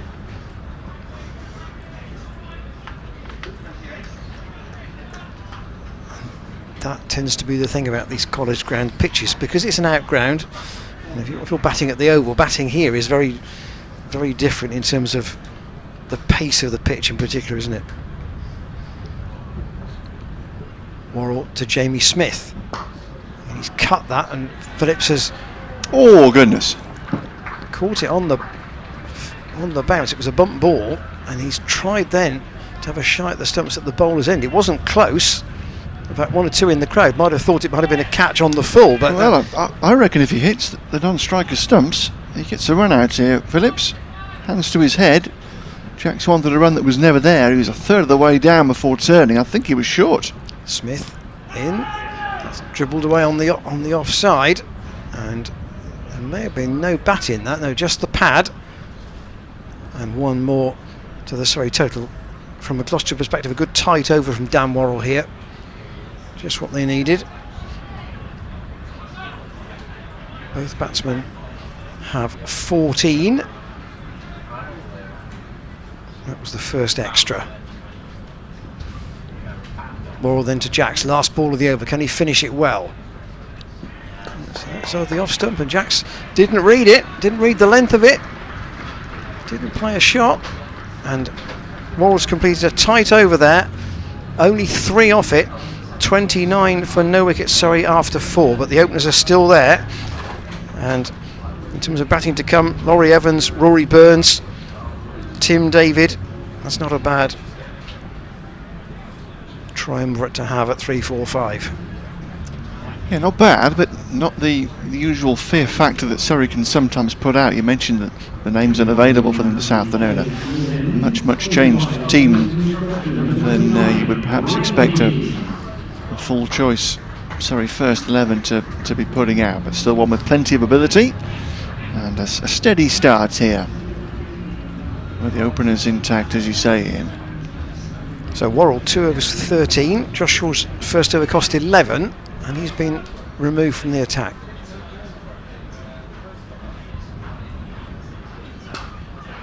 Just trying to force the pace, getting one down the slope. Should be cut off, and is. Decent bit of work in the deep. Appreciated by the supporters down the slope. Scott and Smith between them, saving a boundary. Yeah, it was only until last Friday that we saw Higgins this early in the piece. Kept back until very late on throughout the competition, really. He was bowling a couple of overs at the death. Seeing him again early here. And that's nicely picked up. Is he going to fly all the way over 6? It does. He's found the bar on the far side of the ground. It's a good strike. It wasn't a perfect strike. Again, that's one of the longer boundaries though, isn't it, that one? Yeah, still plenty of club on it. So Smith deciding that this innings was just becoming a little becalmed and swinging one away for a maximum to give Surrey a bit of a pep here. As a consequence, long on has gone back. Deep mid-wicket also out here, so deep cover. Ian Cobain comes up. So a little margin for error really here for Higgins.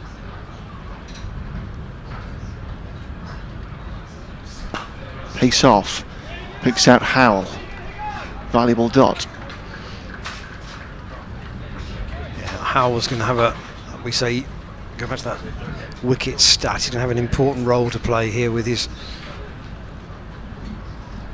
box of tricks with the ball.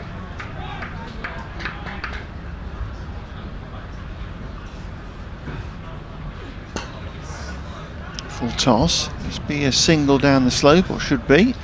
Yeah, clean piece of fielding in the deep.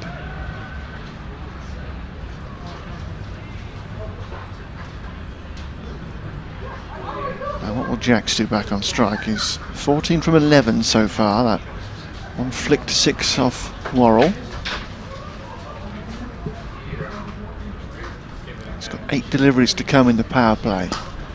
Hammers one for extra cover. That's a really good strike. Wristily steered away past mid-off. Intelligent piece of batting. Higgins going for his Yorker, just missing it a fraction. You can see there how he manufactured the angle. Excellent piece of cricket from Jacks. Just shuffled himself away to leg and and wristily works it away between extra cover and mid-off. Fine shot. Oh, Higgins has got that wrong, and Jacks has taken him into the car park, I fancy. It's a huge strike down the ground, and it's a big, big over for Surrey to really get this chase underway. An expensive one for Higgins, and Surrey now firmly on the front foot. 5 gone, 48 for 1, and that was a mighty, mighty blow to one of the longer parts of the ground, way back over the hospitality tent, and bouncing around down towards the college lawn. So 5 gone, 48 without loss, and Surrey very much on course. Yeah, Gloucestershire were 50 for 1 after 5 and 62 for 1 at the end of the power play. So the effect of Dan Worrell's miserly over undone. Higgins' first over costing 19.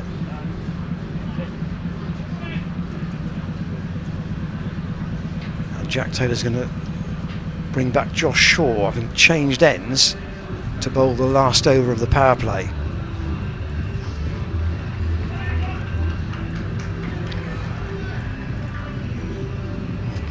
Gloucestershire need to split these two pretty sharply. Shaw, right arm over the wicket, and that's hit on the full. That's 4 more. Smith pulling that to a straightish mid-wicket.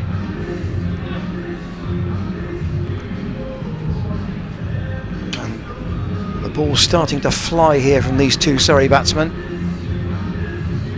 Yeah, regulation length from Shaw, and Smith saw it early, cleared the front leg, swatted it away. Perfect start of the final over of the power play. Shaw back at his mark from the chapel end. And almost York Smith. That was a good response.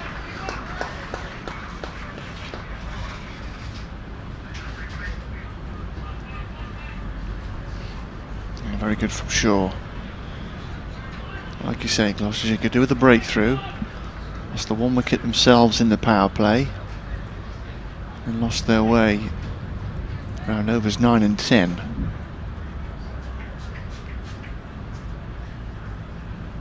Shaw, that familiar bustling approach. Pulls to Smith, bottom half of the bat this time. Should be stopped by Higgins, and is running round from deep mid-off, and they'll just get 1.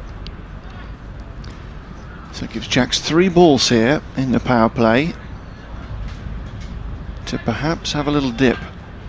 He's 24 off 13 at the moment.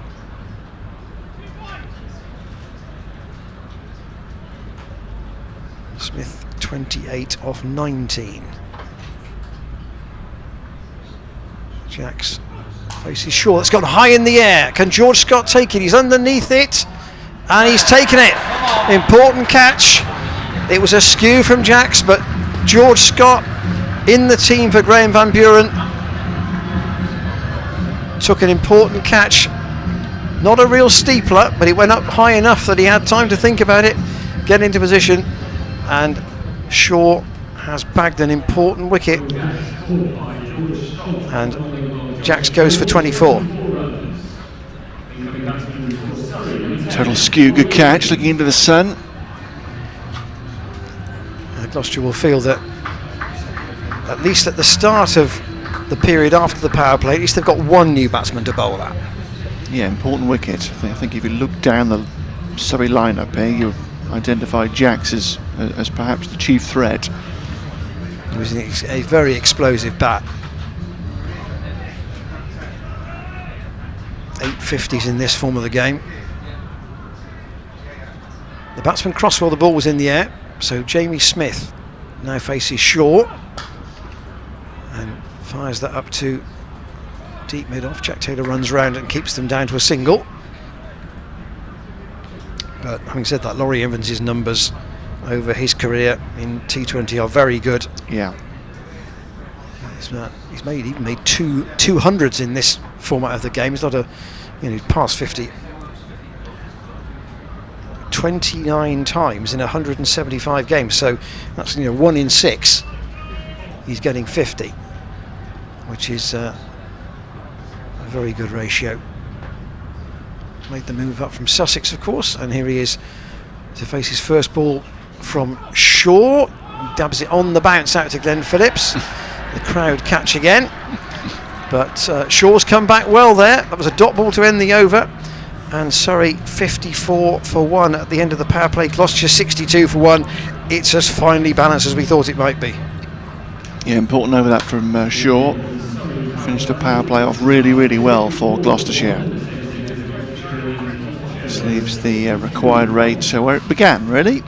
Just below 9 runs per over required from here on in. But they will look to apply the traditional Gloucester squeeze here outside the power play. Plenty of spin involved, no doubt. And perhaps predictably, Benny Howell. Yeah, he's in his usual spot here, just outside the power play. This is what worked ever so well against Middlesex last week after they themselves got off to a healthy start. Howell from the college lawn and Smith's left-arm spin from the chapel end. A little bit the same combination again here. And Howell enjoyed a fine day last Friday against Middlesex. Can he lead his side to victory with another good spell here? He's going to begin with long off, long on out, deep cover, deep mid wicket and deep backward square.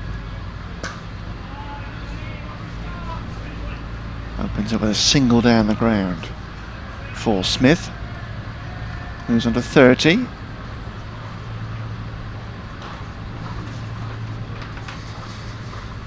"13 wickets in the tournament this season for Benny Howell.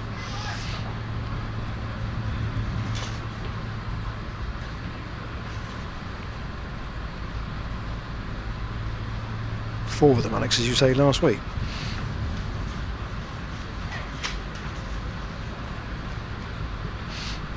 So here's Laurie Evans.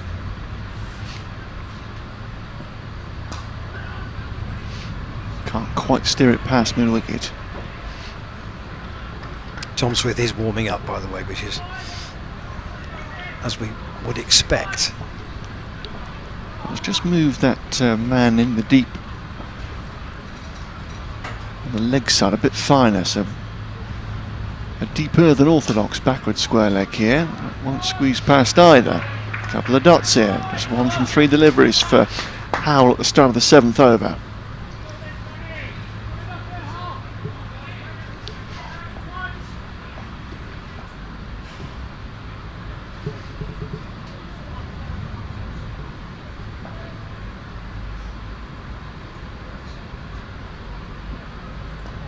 Oh, swing and a thick inside edge from Evans. He'll get a single to that man. He was pushed wider at deep backward square.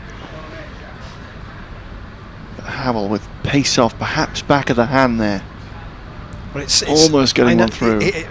I'm sure all the batsmen know that Howell keeps the ball hidden until the last possible moment. Had that man in tight mid wicket, but they've moved him back to short fine leg now, so 2 men in the deep go wider. And that's straight to that deep square, which just been moved squarer for Smith. Will he come back here for Evans, the short mid wicket? That's what Dalmorrell is waiting for, but no, he's going to stay as he were. So deep square, deep mid wicket, long on, and short fine leg the field here for Howell to Evans. Gets a thick inside edge again. It's got swooping off the fence as well. It's a good scramble, good return, and a fine over for Benny Howell. An excellent start with just 4 singles from it. Surrey moved to 58 for 1 after 7. 178 the target. A target Surrey must achieve if they're to keep their hopes of a second blast title alive. This is their last game for Hampshire. They have 3 to go, but they're in the middle of one at the moment and they're playing another one later. And sorry, the side that sit out the last round. So Tom Smith on at the chapel end, and Laurie Evans is the man who will face for the first time. And Smith round the wicket, and Evans drives past the man at short extra cover. They'll be looking for 2 here, and the throw's on its way back, and that's good cricket. It's saved. That's a good run round from Higgins out there, he saved a run. And this is where Gloucestershire can try and put the squeeze on. If they can prevent Surrey getting where they think they're going to get twos and drop them into singles, it'll just increase the pressure a little bit. Smith then, as Jamie Smith, that is, Tom Smith bowls to him. And quietly out to Cobain at deep square. Cobain's day with the bat today, and he got 10. Gloucestershire's innings built around a decent start. Hammond made 25 and Howell 30, and then 48 from Glenn Phillips dominated the rest of the innings. Here is Tom Smith around the wicket, clipped once more up to long on. Hammond is there, and it'll only be one to Laurie Evans. But these two finding the middle of the bat at the moment, and content to pick the gaps. That's better from Jamie Smith as a slide round from Higgins, and he can't quite cut it off in front of the scoreboard, and that's gone all the way to the long off boundary for 4. Lovely stuff. And like you say, finding the middle of the bat, this pair, and once again there from Smith, up and over extra cover. Lovely hands yet again. And the angle was always against Higgins there, running around from long off. So Jamie Smith has 36 and half an appeal for LBW from James Bracey, but umpire Lungley not interested.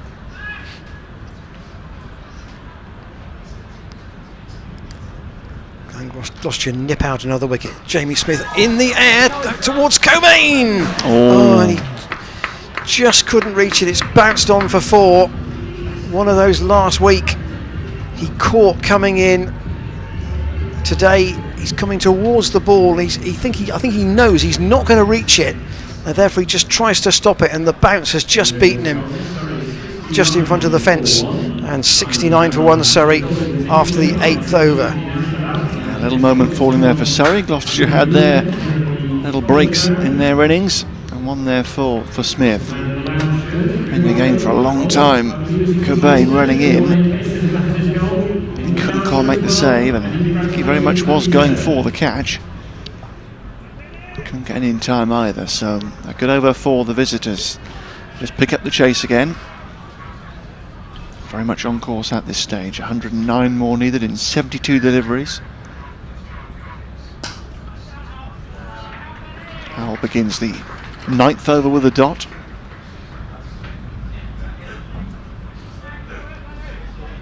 Only 4, as you say, only 4 singles off his first over. So we need another one of those, preferably with a wicket as well. All cleverly done. That'll skip away to the fine third man boundary.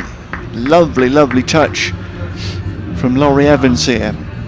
Down he goes onto one knee, just using the pace of Howell to flick it almost directly over Bracey's head. Very cleverly done.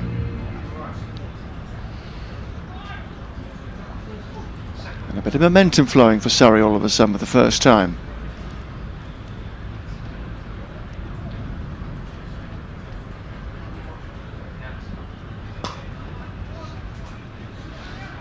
It's going to be 1. Surrey have got into the guts of this chase here so far. Got the required rate well under control. They've got a partnership going again after the loss of Jacks for 24.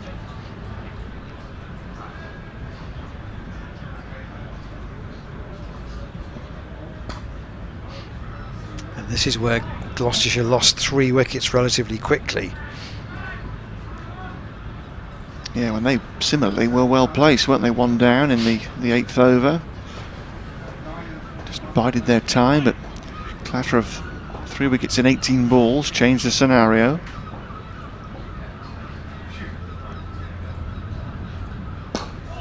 Cracked away. Will be saved on the deep cover fence by Hammond. Hair flowing, running to his left.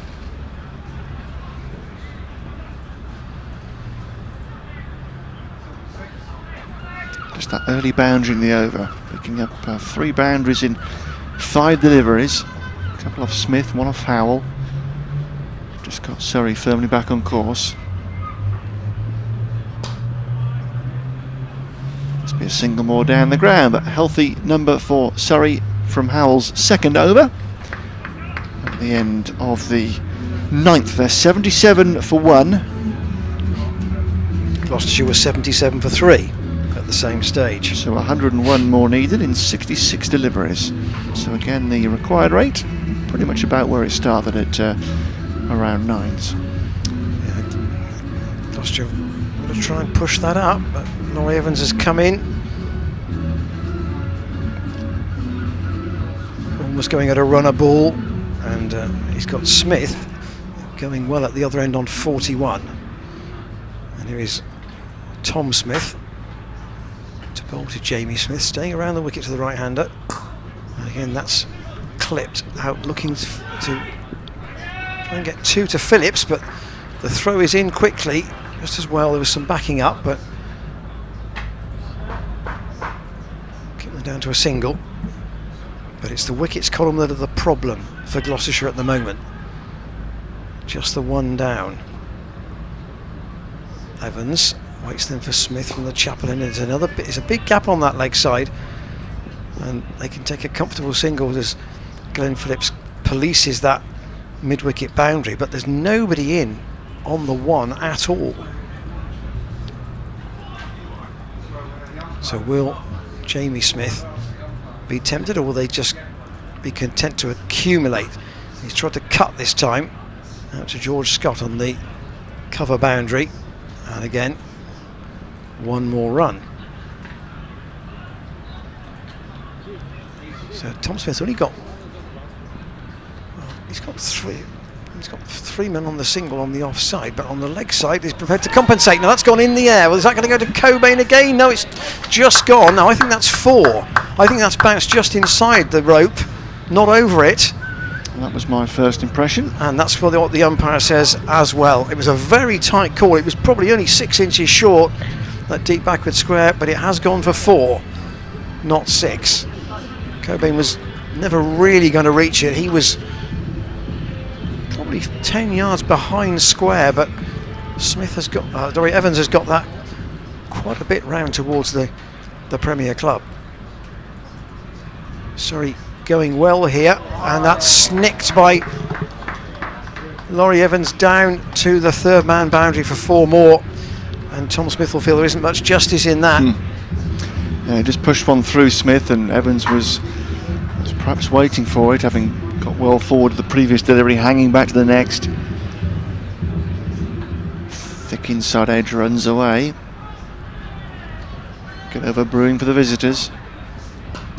Evans back, and this time straight out to Benny Howell, but no joy so far for Tom Smith, and Surrey up to 88 for 1 at the halfway stage. Gloucestershire were 85 for 3, and obviously in this situation 4 of the middle overs that Gloucestershire generally tend to use, Howell and Smith, have already gone, so they've only got 4 left between them. I wonder how Jack Taylor will split his bowlers today. So Surrey very, very much on course here, with Smith going well, Evans picking up the baton from Will Jacks. And Gloucestershire need to strike to get back into the game, you fancy. Howell's 3rd over.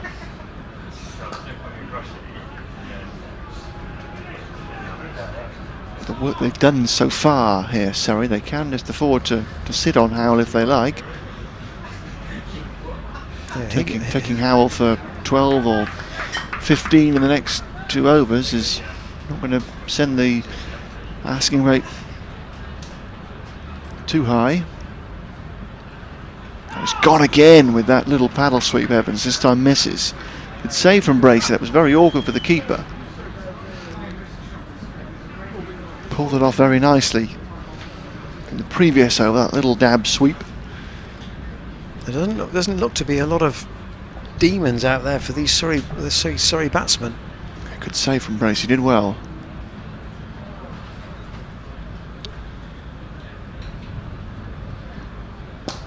Evans, slog sweep, all the way over mid-wicket. Fine strike. Little paddle sweep attempted. A full-blooded slog sweep and got plenty of it. And Phillips could just look over his head as that sailed into the crowd, into the beer tent.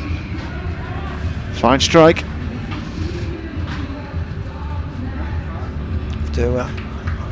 Assuming there's somebody in the crowd. Would have thrown it back. Did throw it back, so they'll have to sanitise the ball. Kicking it back in. He's not trying to scuff it up or anything. Yes, I wonder whether Phillips might have another over.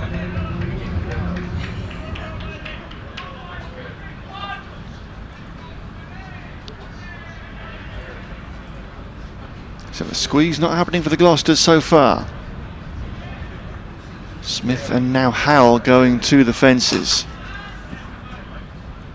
Evans just able to take a single to deep cover.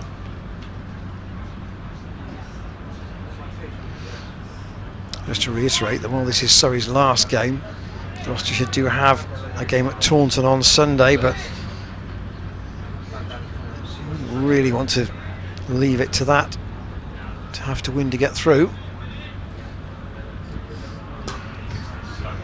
Particularly as Somerset have been coming with a bit of a wet sail, haven't they? It was a indifferent start to the competition, but Somerset have picked themselves up nicely with a victory at Bristol, a rare one at that, in the middle of that excellent run to get firmly in the mix for qualification.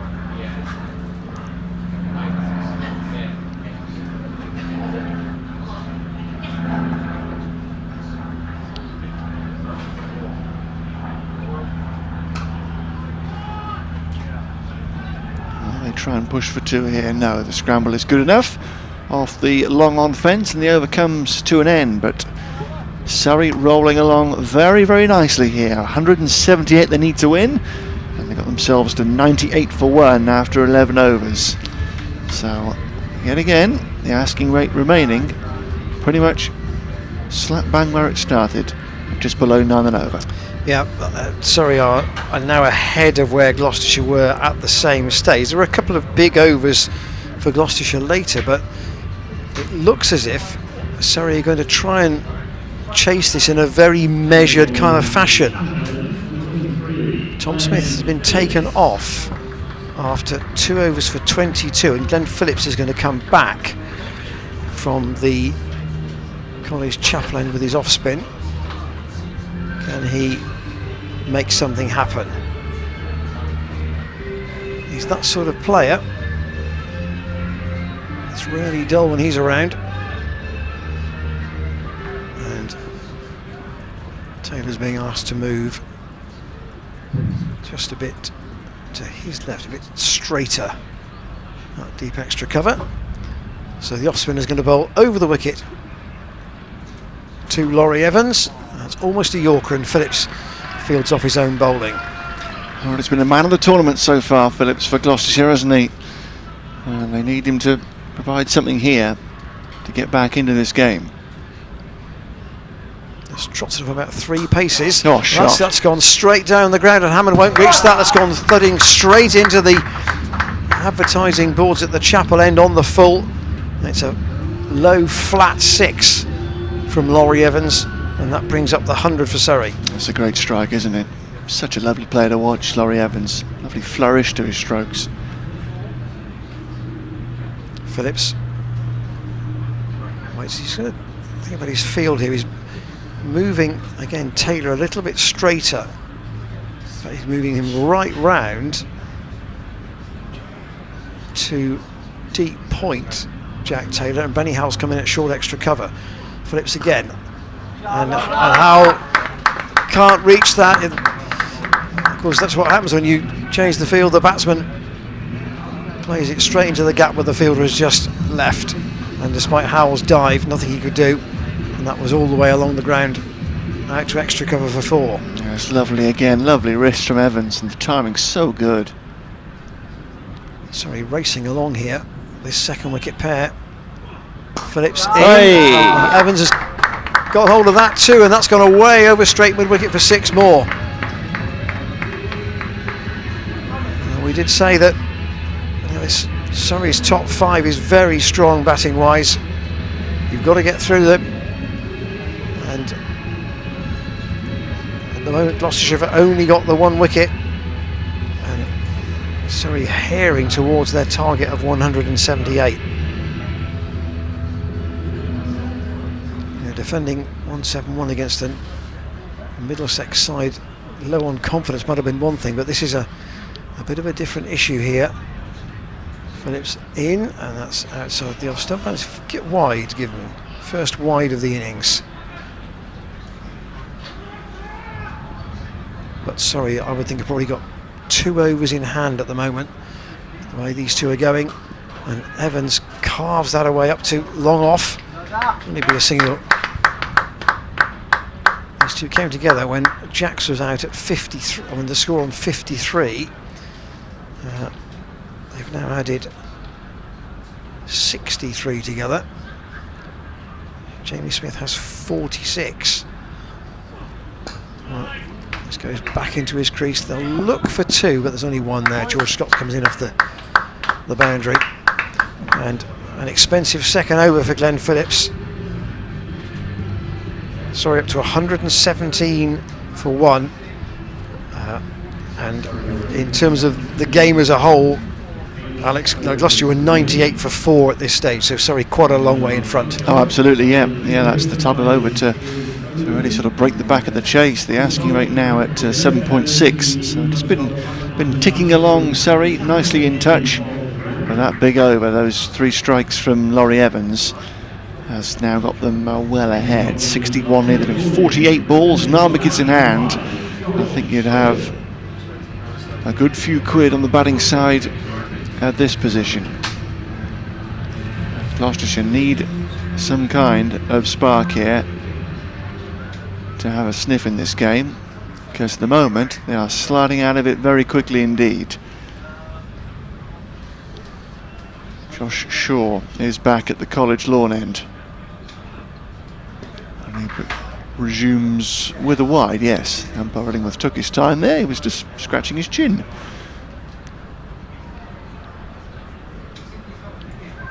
It's very quiet around the college once again. It was a deflating afternoon in the end here on Wednesday in the Championship against Hampshire, where Gloucestershire's Championship challenge died. The T20 challenge won't die here this afternoon, but will be dented with defeat. And sometimes you can look at, chances going down or batsmen being dropped, but there's only really been the 1 chance offered, and that saw the dismissal of Jacks. There's been nothing else since then. Absolutely. Surrey have offered that you can say, well, that was an important missed opportunity. There just hasn't been one. Yeah, they've just played much better so far. Just been much more in control of the innings. And it's flicked away. It's going to be 4 more. Bat or pad, Mr. Illingworth? Leg by signalled. A flick of the pad down the leg side, runs away for a cheap boundary, and just keeps this Surrey chase rolling. They'll have their eyes, I think, from this position on trying to get the job done in double quick time now, because I mentioned that their net run rate, it shouldn't move too wildly, even with a rapid victory, but they need other results to go in their favour, which of course will lessen the net run rates of the other teams. That's finding the fence again on the bounce to a wide long on, and that brings up a most impressive half century for Jamie Smith. He's got there in 37 deliveries. That is his 6th boundary. 37 balls. Fine effort from Smith. And Surrey are absolutely coasting now. Total command. And Evans has got to 44 off 24. I wouldn't say unnoticed, but he's got there kind of, I say, just by playing sensible shots. I think there was 1 shot that was a bit streaky, but apart from that, he's picked the ball up really quickly. pick the length. How high was that from Shaw? I think too high in the opinion of umpire Lungley. Yep, here at square leg. So things just slipping away here for Gloucestershire. Shaw completely losing his length. That's a free hit and a warning for Shaw with that beamer. Evans has been seeing it so well, he's back on strike. They can change the field here, Gloucestershire, which may or may not be a crumb of comfort.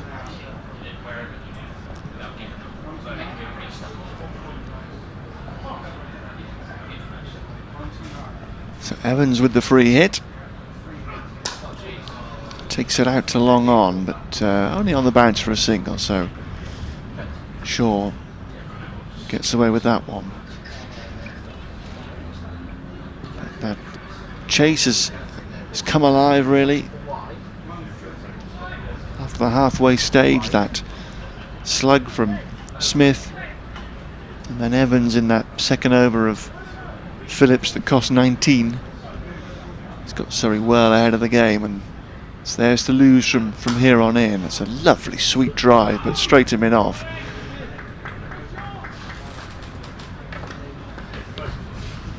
Just sense it's very flat up there for Gloucestershire.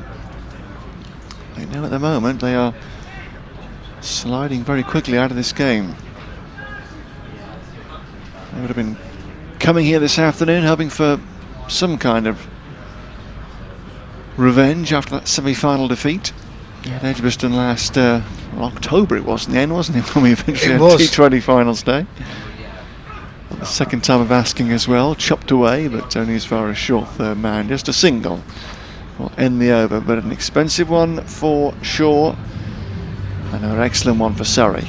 And they are firmly in command of this run chase. 47 more to get in 42 deliveries. They're 20 runs ahead of where Gloucestershire were at this point, and they've got 3 further wickets in hand, so he's going to need something remarkable, you feel, to get Gloucestershire back into this. So Dan Worrell's been brought back probably earlier than Jack Taylor would want, but he's got to do something. Shaw's bowled 3 overs for 27. He's used 6 bowlers already. Worrell's got 2 left. Higgins has got 3, Howell's only got 1.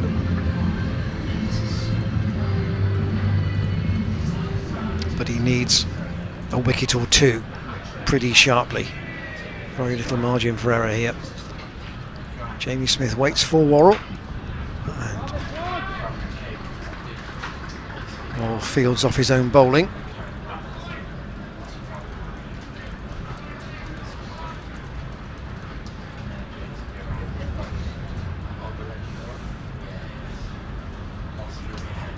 If they don't come out the right side of this, we'll be hoping that Glamorgan could do them a favour tonight by beating Somerset.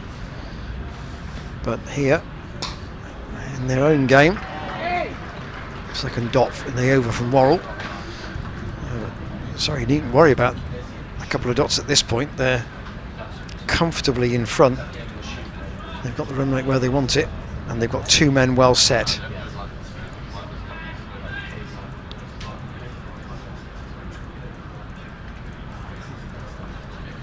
Worrell from the chapel end. See, Jamie Smith just dabs it out on the offside. We haven't very often had a game like this, Alex, at the festival, have we? Which has been where you had the feeling that one side's had control of it from quite a long way out. But that's how this has felt. Yeah, definitely. I mean, we have had. Certainly in the home T20s that Gloucestershire have played this year, they've generally all been one-sided affairs, one way or the other. We've had no real nip-tuck affairs. Here's Worrell in again to Evans on the bounce this time. Cobain with the return, and to the bowlers end keeps them down to a single. The Somerset game was perhaps as close as it's got at Bristol, where Somerset somehow managed to take it down to the last over before winning by 8 wickets, even though they were in complete control of that chase. And equally, the games that Gloucestershire have won have also been by very comfortable margins. Worrell into Smith, who steers that out through extra cover again. He's placed that well past Benny Hull, and that's going to run all the way down the slope for 4. Well, Smith has shown here that he is a very capable T20 opener. Just 21 years old. Hasn't played an awful lot of red ball cricket, but this is an impressive display from him. Well, again, Smith gets a little bit caught on the crease, tried to whip it around the leg side, and he'll pick up a dribbly single as the ball makes its way halfway to the rope, picked up by Ian Cobain. But Worrell's been as economical as anybody, but the problem is the wickets column. Only the 1 wicket. Will Jacks out off a skewed extra cover drive, got too much underneath it, and George Scott took the catch. That was when the score was 53, but Surrey now up to 138 for 1. And 6 overs to go, and they need only 40. So they'll be trying to finish this probably 18 or 19 overs, I would think, Alex, wouldn't you? Very much so, yep. Howell is back. Even his magic appears not enough for Gloucestershire here this afternoon from this position. And it's almost deathly silence around the college now, with the home supporters just about consigned to their fate. And it's going to take quite some picking up on Sunday as they go down to Taunton, where they've got a good record in T20 cricket. But now, potentially, depending on how results go later today, becomes a must-win game for a quarter-final spot. Slapped away down the ground by Evans. He'll pick up a single more. Just keep this chase ticking over. I mentioned about the players that Surrey don't have available. Look at the Gloucestershire side. No Chris Dent, no David Payne, both injured. Both of whom you feel would definitely have been in the 11 today.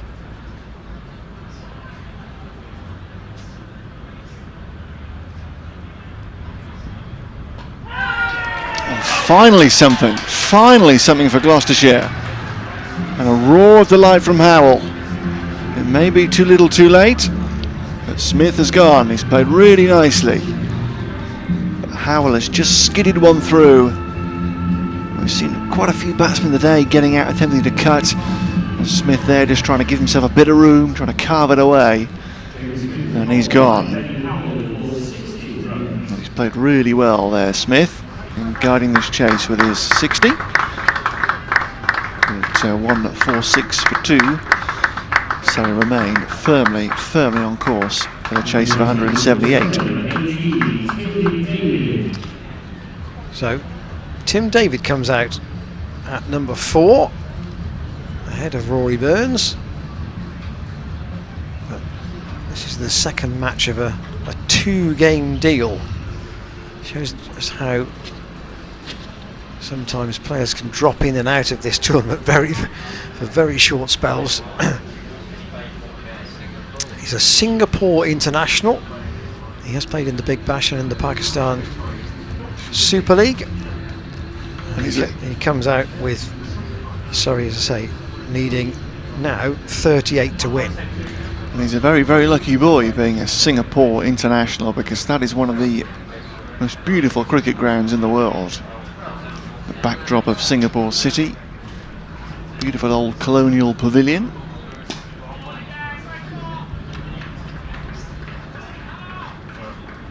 Not quite as dramatic, but equally as beautiful, the backdrop here at Cheltenham College. Resplendent in the sunshine, an expectant festival crowd, drinking in their last festival cricket for another year.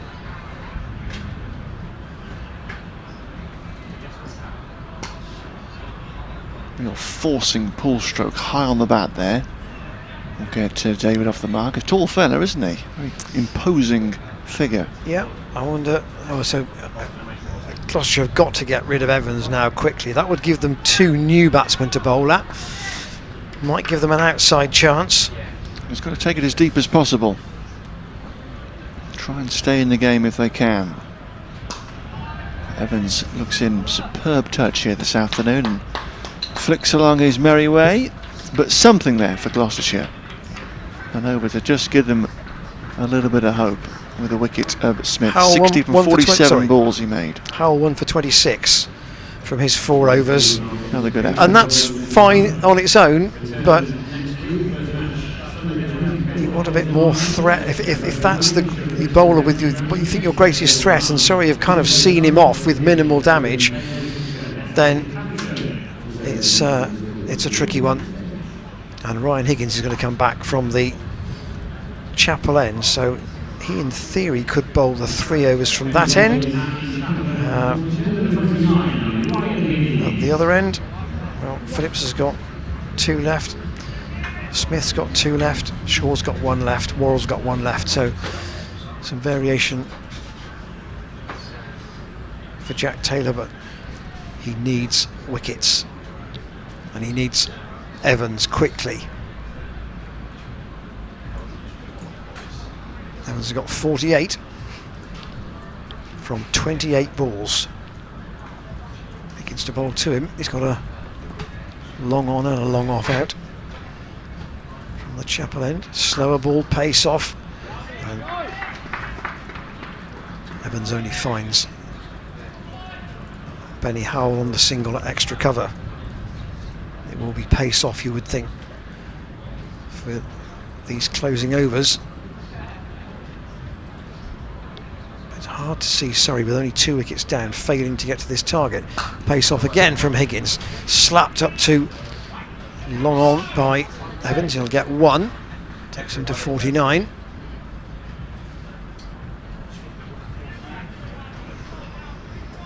Still Rory Burns, Ricky Clark, Jordan Clark to come for Surrey before you get into the genuine bowlers. So David just setting himself, checking who's where in the outfield. The only men out for Surrey, the 2 openers, Jacks for 24 and Smith in Howell's last over for 60. Higgins in, floated up, but again David will only take 1, he'll only need to take 1. Up to Jack Taylor, and Evans can pick his single. Here he's got some choice. Plenty of room on the leg side. Higgins to bowl to him in the 16th, and he steers it up to Taylor at long off, and that's a 50 for Laurie Evans, and he's come in and done exactly what was necessary here. The applause, it must be said, is chiefly from the Surrey players and not much from the crowd around the ground. Yeah, really fine. 3,000 here, but they've been quietened today by very much so. Surrey. Yeah, but if you could play to watch any batsman, Evans would be up there. Really fluent player. In the 16th over, Tim David waits for Higgins and again just plays the sensible shot. Up again to long on, and they'll be content with 1. 50 off 31 balls, 4 fours and 3 sixes, and a couple of those were really clean hits.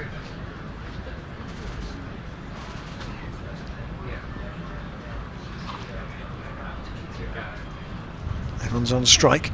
Once more to Higgins, a little dab into the ground, but too fine, and just taken on the bounce by James Bracey. So a better over for Gloucestershire, 146 for 2, 4 overs to go.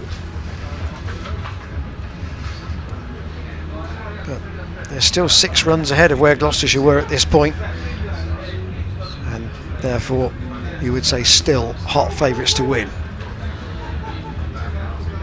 And a bit of a brains trust meeting between Benny Howell, Jack Taylor and Dan Worrell in terms of what Gloucestershire are going to do. The answer is they're going to bring Worrell back, I think, to bowl his last over from the chapel end.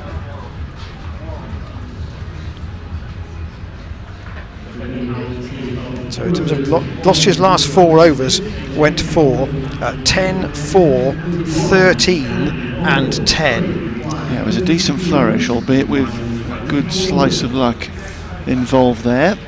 But that flourish has just given them half a sniff here, because the required rate is back up at 8s.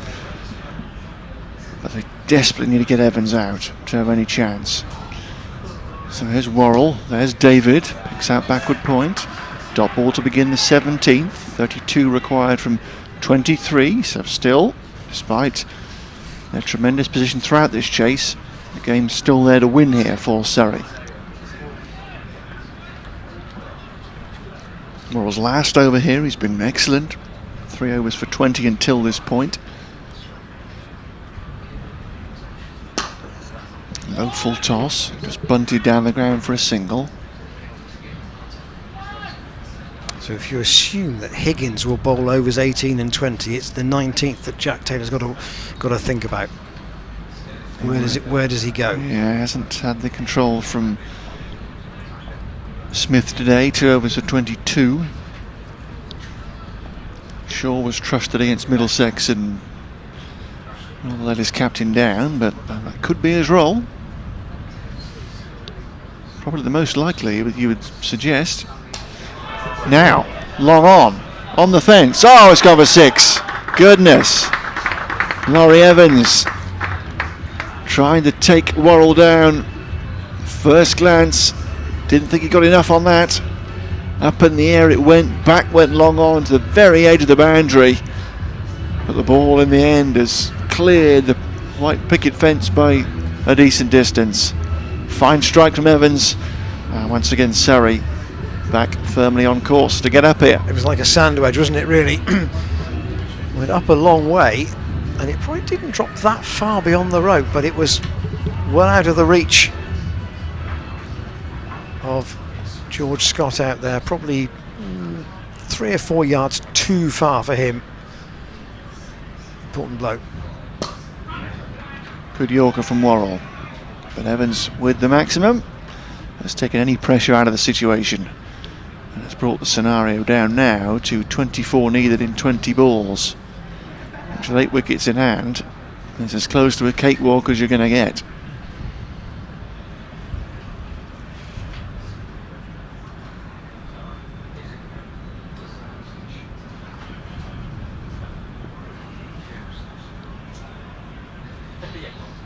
David back on strike. Oh, and a thin inside edge runs for 4. He has not looked in any kind of nick, has he, Tim David, here so far?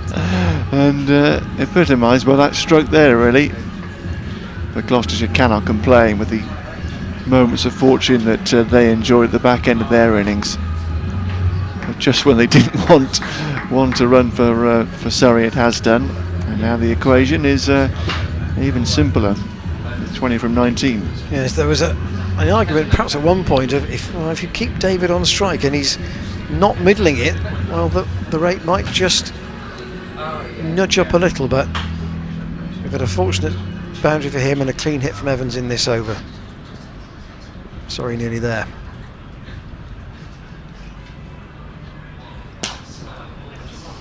Hammered across from David, and that's gone for 4. It's nicely placed. Fortunate boundary, but a nicely struck one. Deep in his crease. Certainly gives off the impression of being a man that can strike a mean ball. And that was struck pretty powerfully there out past extra cover, and long off couldn't come around to cut it off. 4 more, and Surrey have certainly broken the back of this chase now. Yeah, 3 overs to go.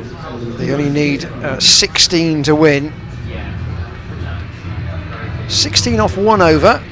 You would probably back the fielding side, but the batting side would not be out of it. 16 off 2, you'd probably almost certainly will back the batting side.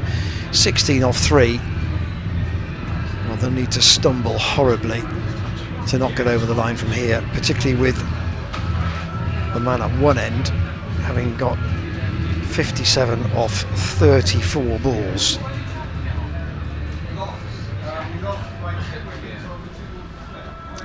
Higgins to bowl the 18th over. Will Evans try and finish it here? Slower ball. Oh, he's got that in the air. It's over. Ooh, extra cover. Scott didn't. He came in towards the ball, but in a sense, seemed more keen to stop it rather than go for a potential catch. Unless he read it better than we did in terms of the trajectory. It dropped between two fielders, and neither appeared to go for the catch there. It was on the far side of the ground from us. David waits for Higgins. He clips it off his leg. Higgins thought he'd got through. Down to Cobain at deep backward square. We haven't had really a situation this season where Gloucestershire have really failed to take wickets in these games. Perhaps the Kent home game might be the one issue. Short, and that's gone down the ground, and Jack Taylor has taken the catch on the run. Well, Evans is out, but it's a bit too late, I regret to say. He's very nearly got his side home with a very well constructed half century, but Higgins has a wicket, and Jack Taylor with the catch, a low flat hit out to long off, and Evans goes 58 for him and 60 for Jamie Smith, and they've done the bulk of the work as Surrey have tried to chase down this 178, and they're very nearly there. Yeah, fine knock from Evans. It was a good play to watch, as I mentioned, and has given this innings a really nice spark. Gloucestershire had a foothold in the chase with the wicket of Will Jacks earlier on, but that knock from Evans has really taken the game away from them. 58 from 36 deliveries he's made. Fine innings. He just needs the crumbs now to be swept from the dining room table. Well, Rory Burns has come out to join Tim David at number 5.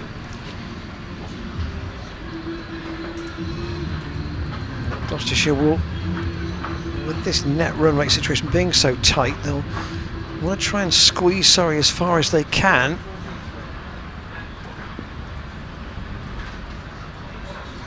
Batsman cross where the ball was in the air, so David chops that away. Oh, past Smith. It's been chased down by Damwell towards the boundary at third man, and he won't cut it off. That was more powerfully struck than it looked.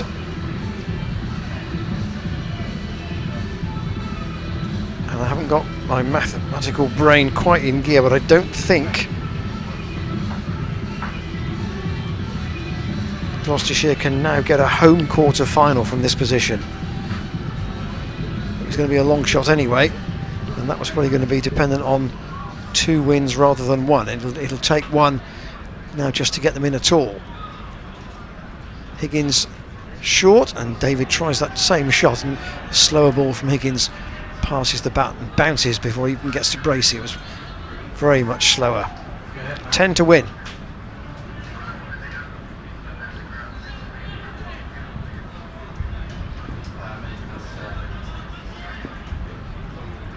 Higgins his third over. Oh, that's a fierce attempted Yorker, and it's actually a wide down the leg side, taken by Bracey.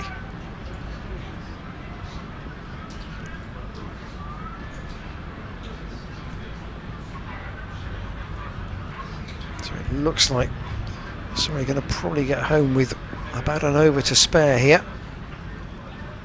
Short and chopped away by David. There's a chase on the boundary, but he's found the gap again at point. George Scott couldn't reach it, and David goes to 21, and Surrey up into the 170s, and they're almost home here. They're chasing 178 to win, and they are 172 for 3. Higgins has bowled 3 overs for 33, and he may not bowl another one. Indeed, yep, Surrey almost there now. Held Gloucestershire pretty well throughout the first innings of the game. Certainly from the 8th over onwards, Surrey were pretty much in charge there. On 7 for 9, we thought was, like last week, was a workable number, but this batting lineup has a bit more about it than that Middlesex lineup did last week. And the talent of first Jackson and Smith and Evans is seeing Surrey to a handsome victory here. 12 balls to go, needing just 9. And they will hope to finish it here and now. George Scott is going to come on here to get the 19th over. We were speculating about who it might be, but Jack Taylor has decided not to go with Josh Shaw, who bowled a poor penultimate over last week and has gone for a decent number of runs here this afternoon. So it's left to George Scott to try and keep Gloucestershire in the game. How many, if any, can he give Ryan Higgins to try and defend in the final over? Bracey is up to the stumps and Burns is on strike. Perhaps just be content to take 6 singles here. Leave 1 hit from the final over, that'll do. Sides generally like to get it finished before the final set, if at all possible. Well, David's started to look as if he's got a bit of momentum about his innings. Not all his shots have been convincing, but he's connected well 1 or 2, and he's got 21 to his name.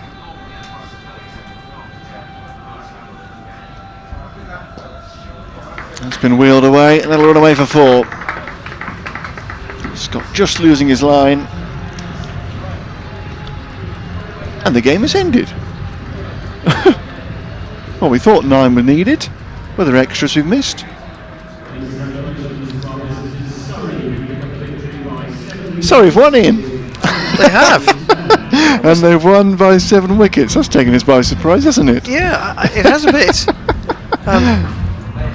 But Scott, that was almost an apology of a 19th over.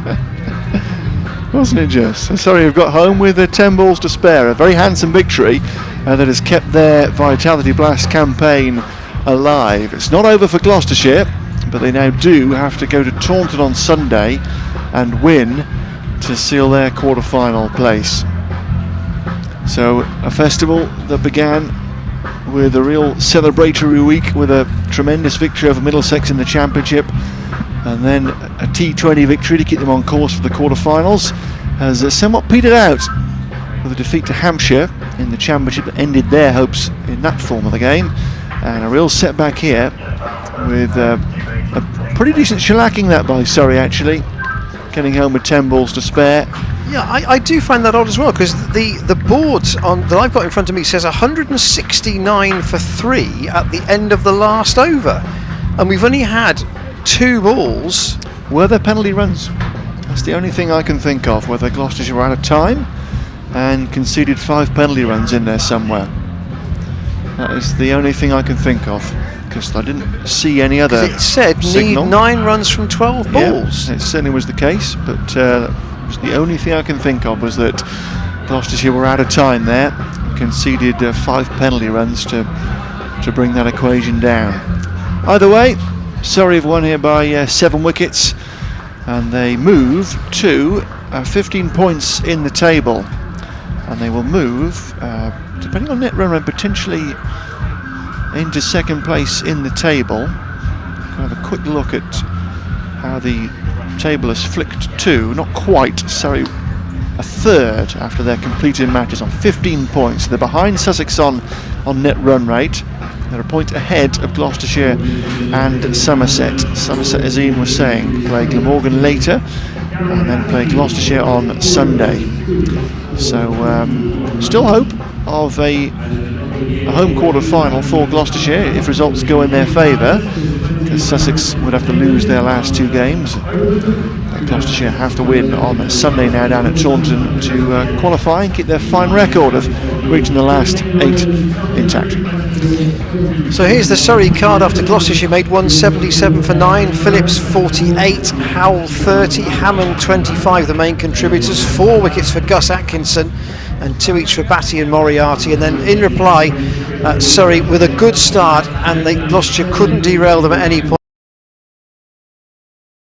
Smith bowled Howell 60, and Laurie Evans caught by Taylor, that's Jack Taylor, off Higgins for 58, but the job was all but done by then. Tim David was 25 not out at the end, and Rory Burns made just one run off the one ball he faced. For Gloucestershire, Josh Shaw 1 for 27, Ryan Higgins 1 for 34, and Benny Howell 1 for 26 were the wicket takers. But in the end, that total of 177 was made to look light against this strong Surrey batting lineup. So they finished their schedule, as Alex said. They sit out the last round of games. Gloucestershire will now have to look at other results later today to see where it leaves them. But the reality is that they have to go to Taunton and win now in the last game that's on Sunday. That game is a 6:30 match, and it's being televised on Sky, so there will be no live stream from us from the Cooper Associates County Ground on Sunday night, but it is available for you to watch, and it's also there is commentary on BBC Radio Bristol, BBC Radio Gloucestershire and BBC Somerset, and also on the BBC Sport website as well, if you don't have access to Sky Sports. So from Cheltenham then, at the end of a remarkable festival weather-wise, we've been very fortunate. Gloucestershire have won 2 games and they've lost 2 games, and those 2 games that they've lost may have a big impact on what goes on for the remainder of their season. Can they claw it out of the bag at Taunton on Sunday? Thanks to Shane and Connor and to Cameron and James and Jake and all the guys who've worked on the cameras all through this festival. It's been a pleasure to bring it to you, and until Sunday evening at 6:30, when Gloucestershire go into their last T20 group match against Somerset at Taunton, from Alex Winter and from Ian Randall and all the team here at Cheltenham, goodbye.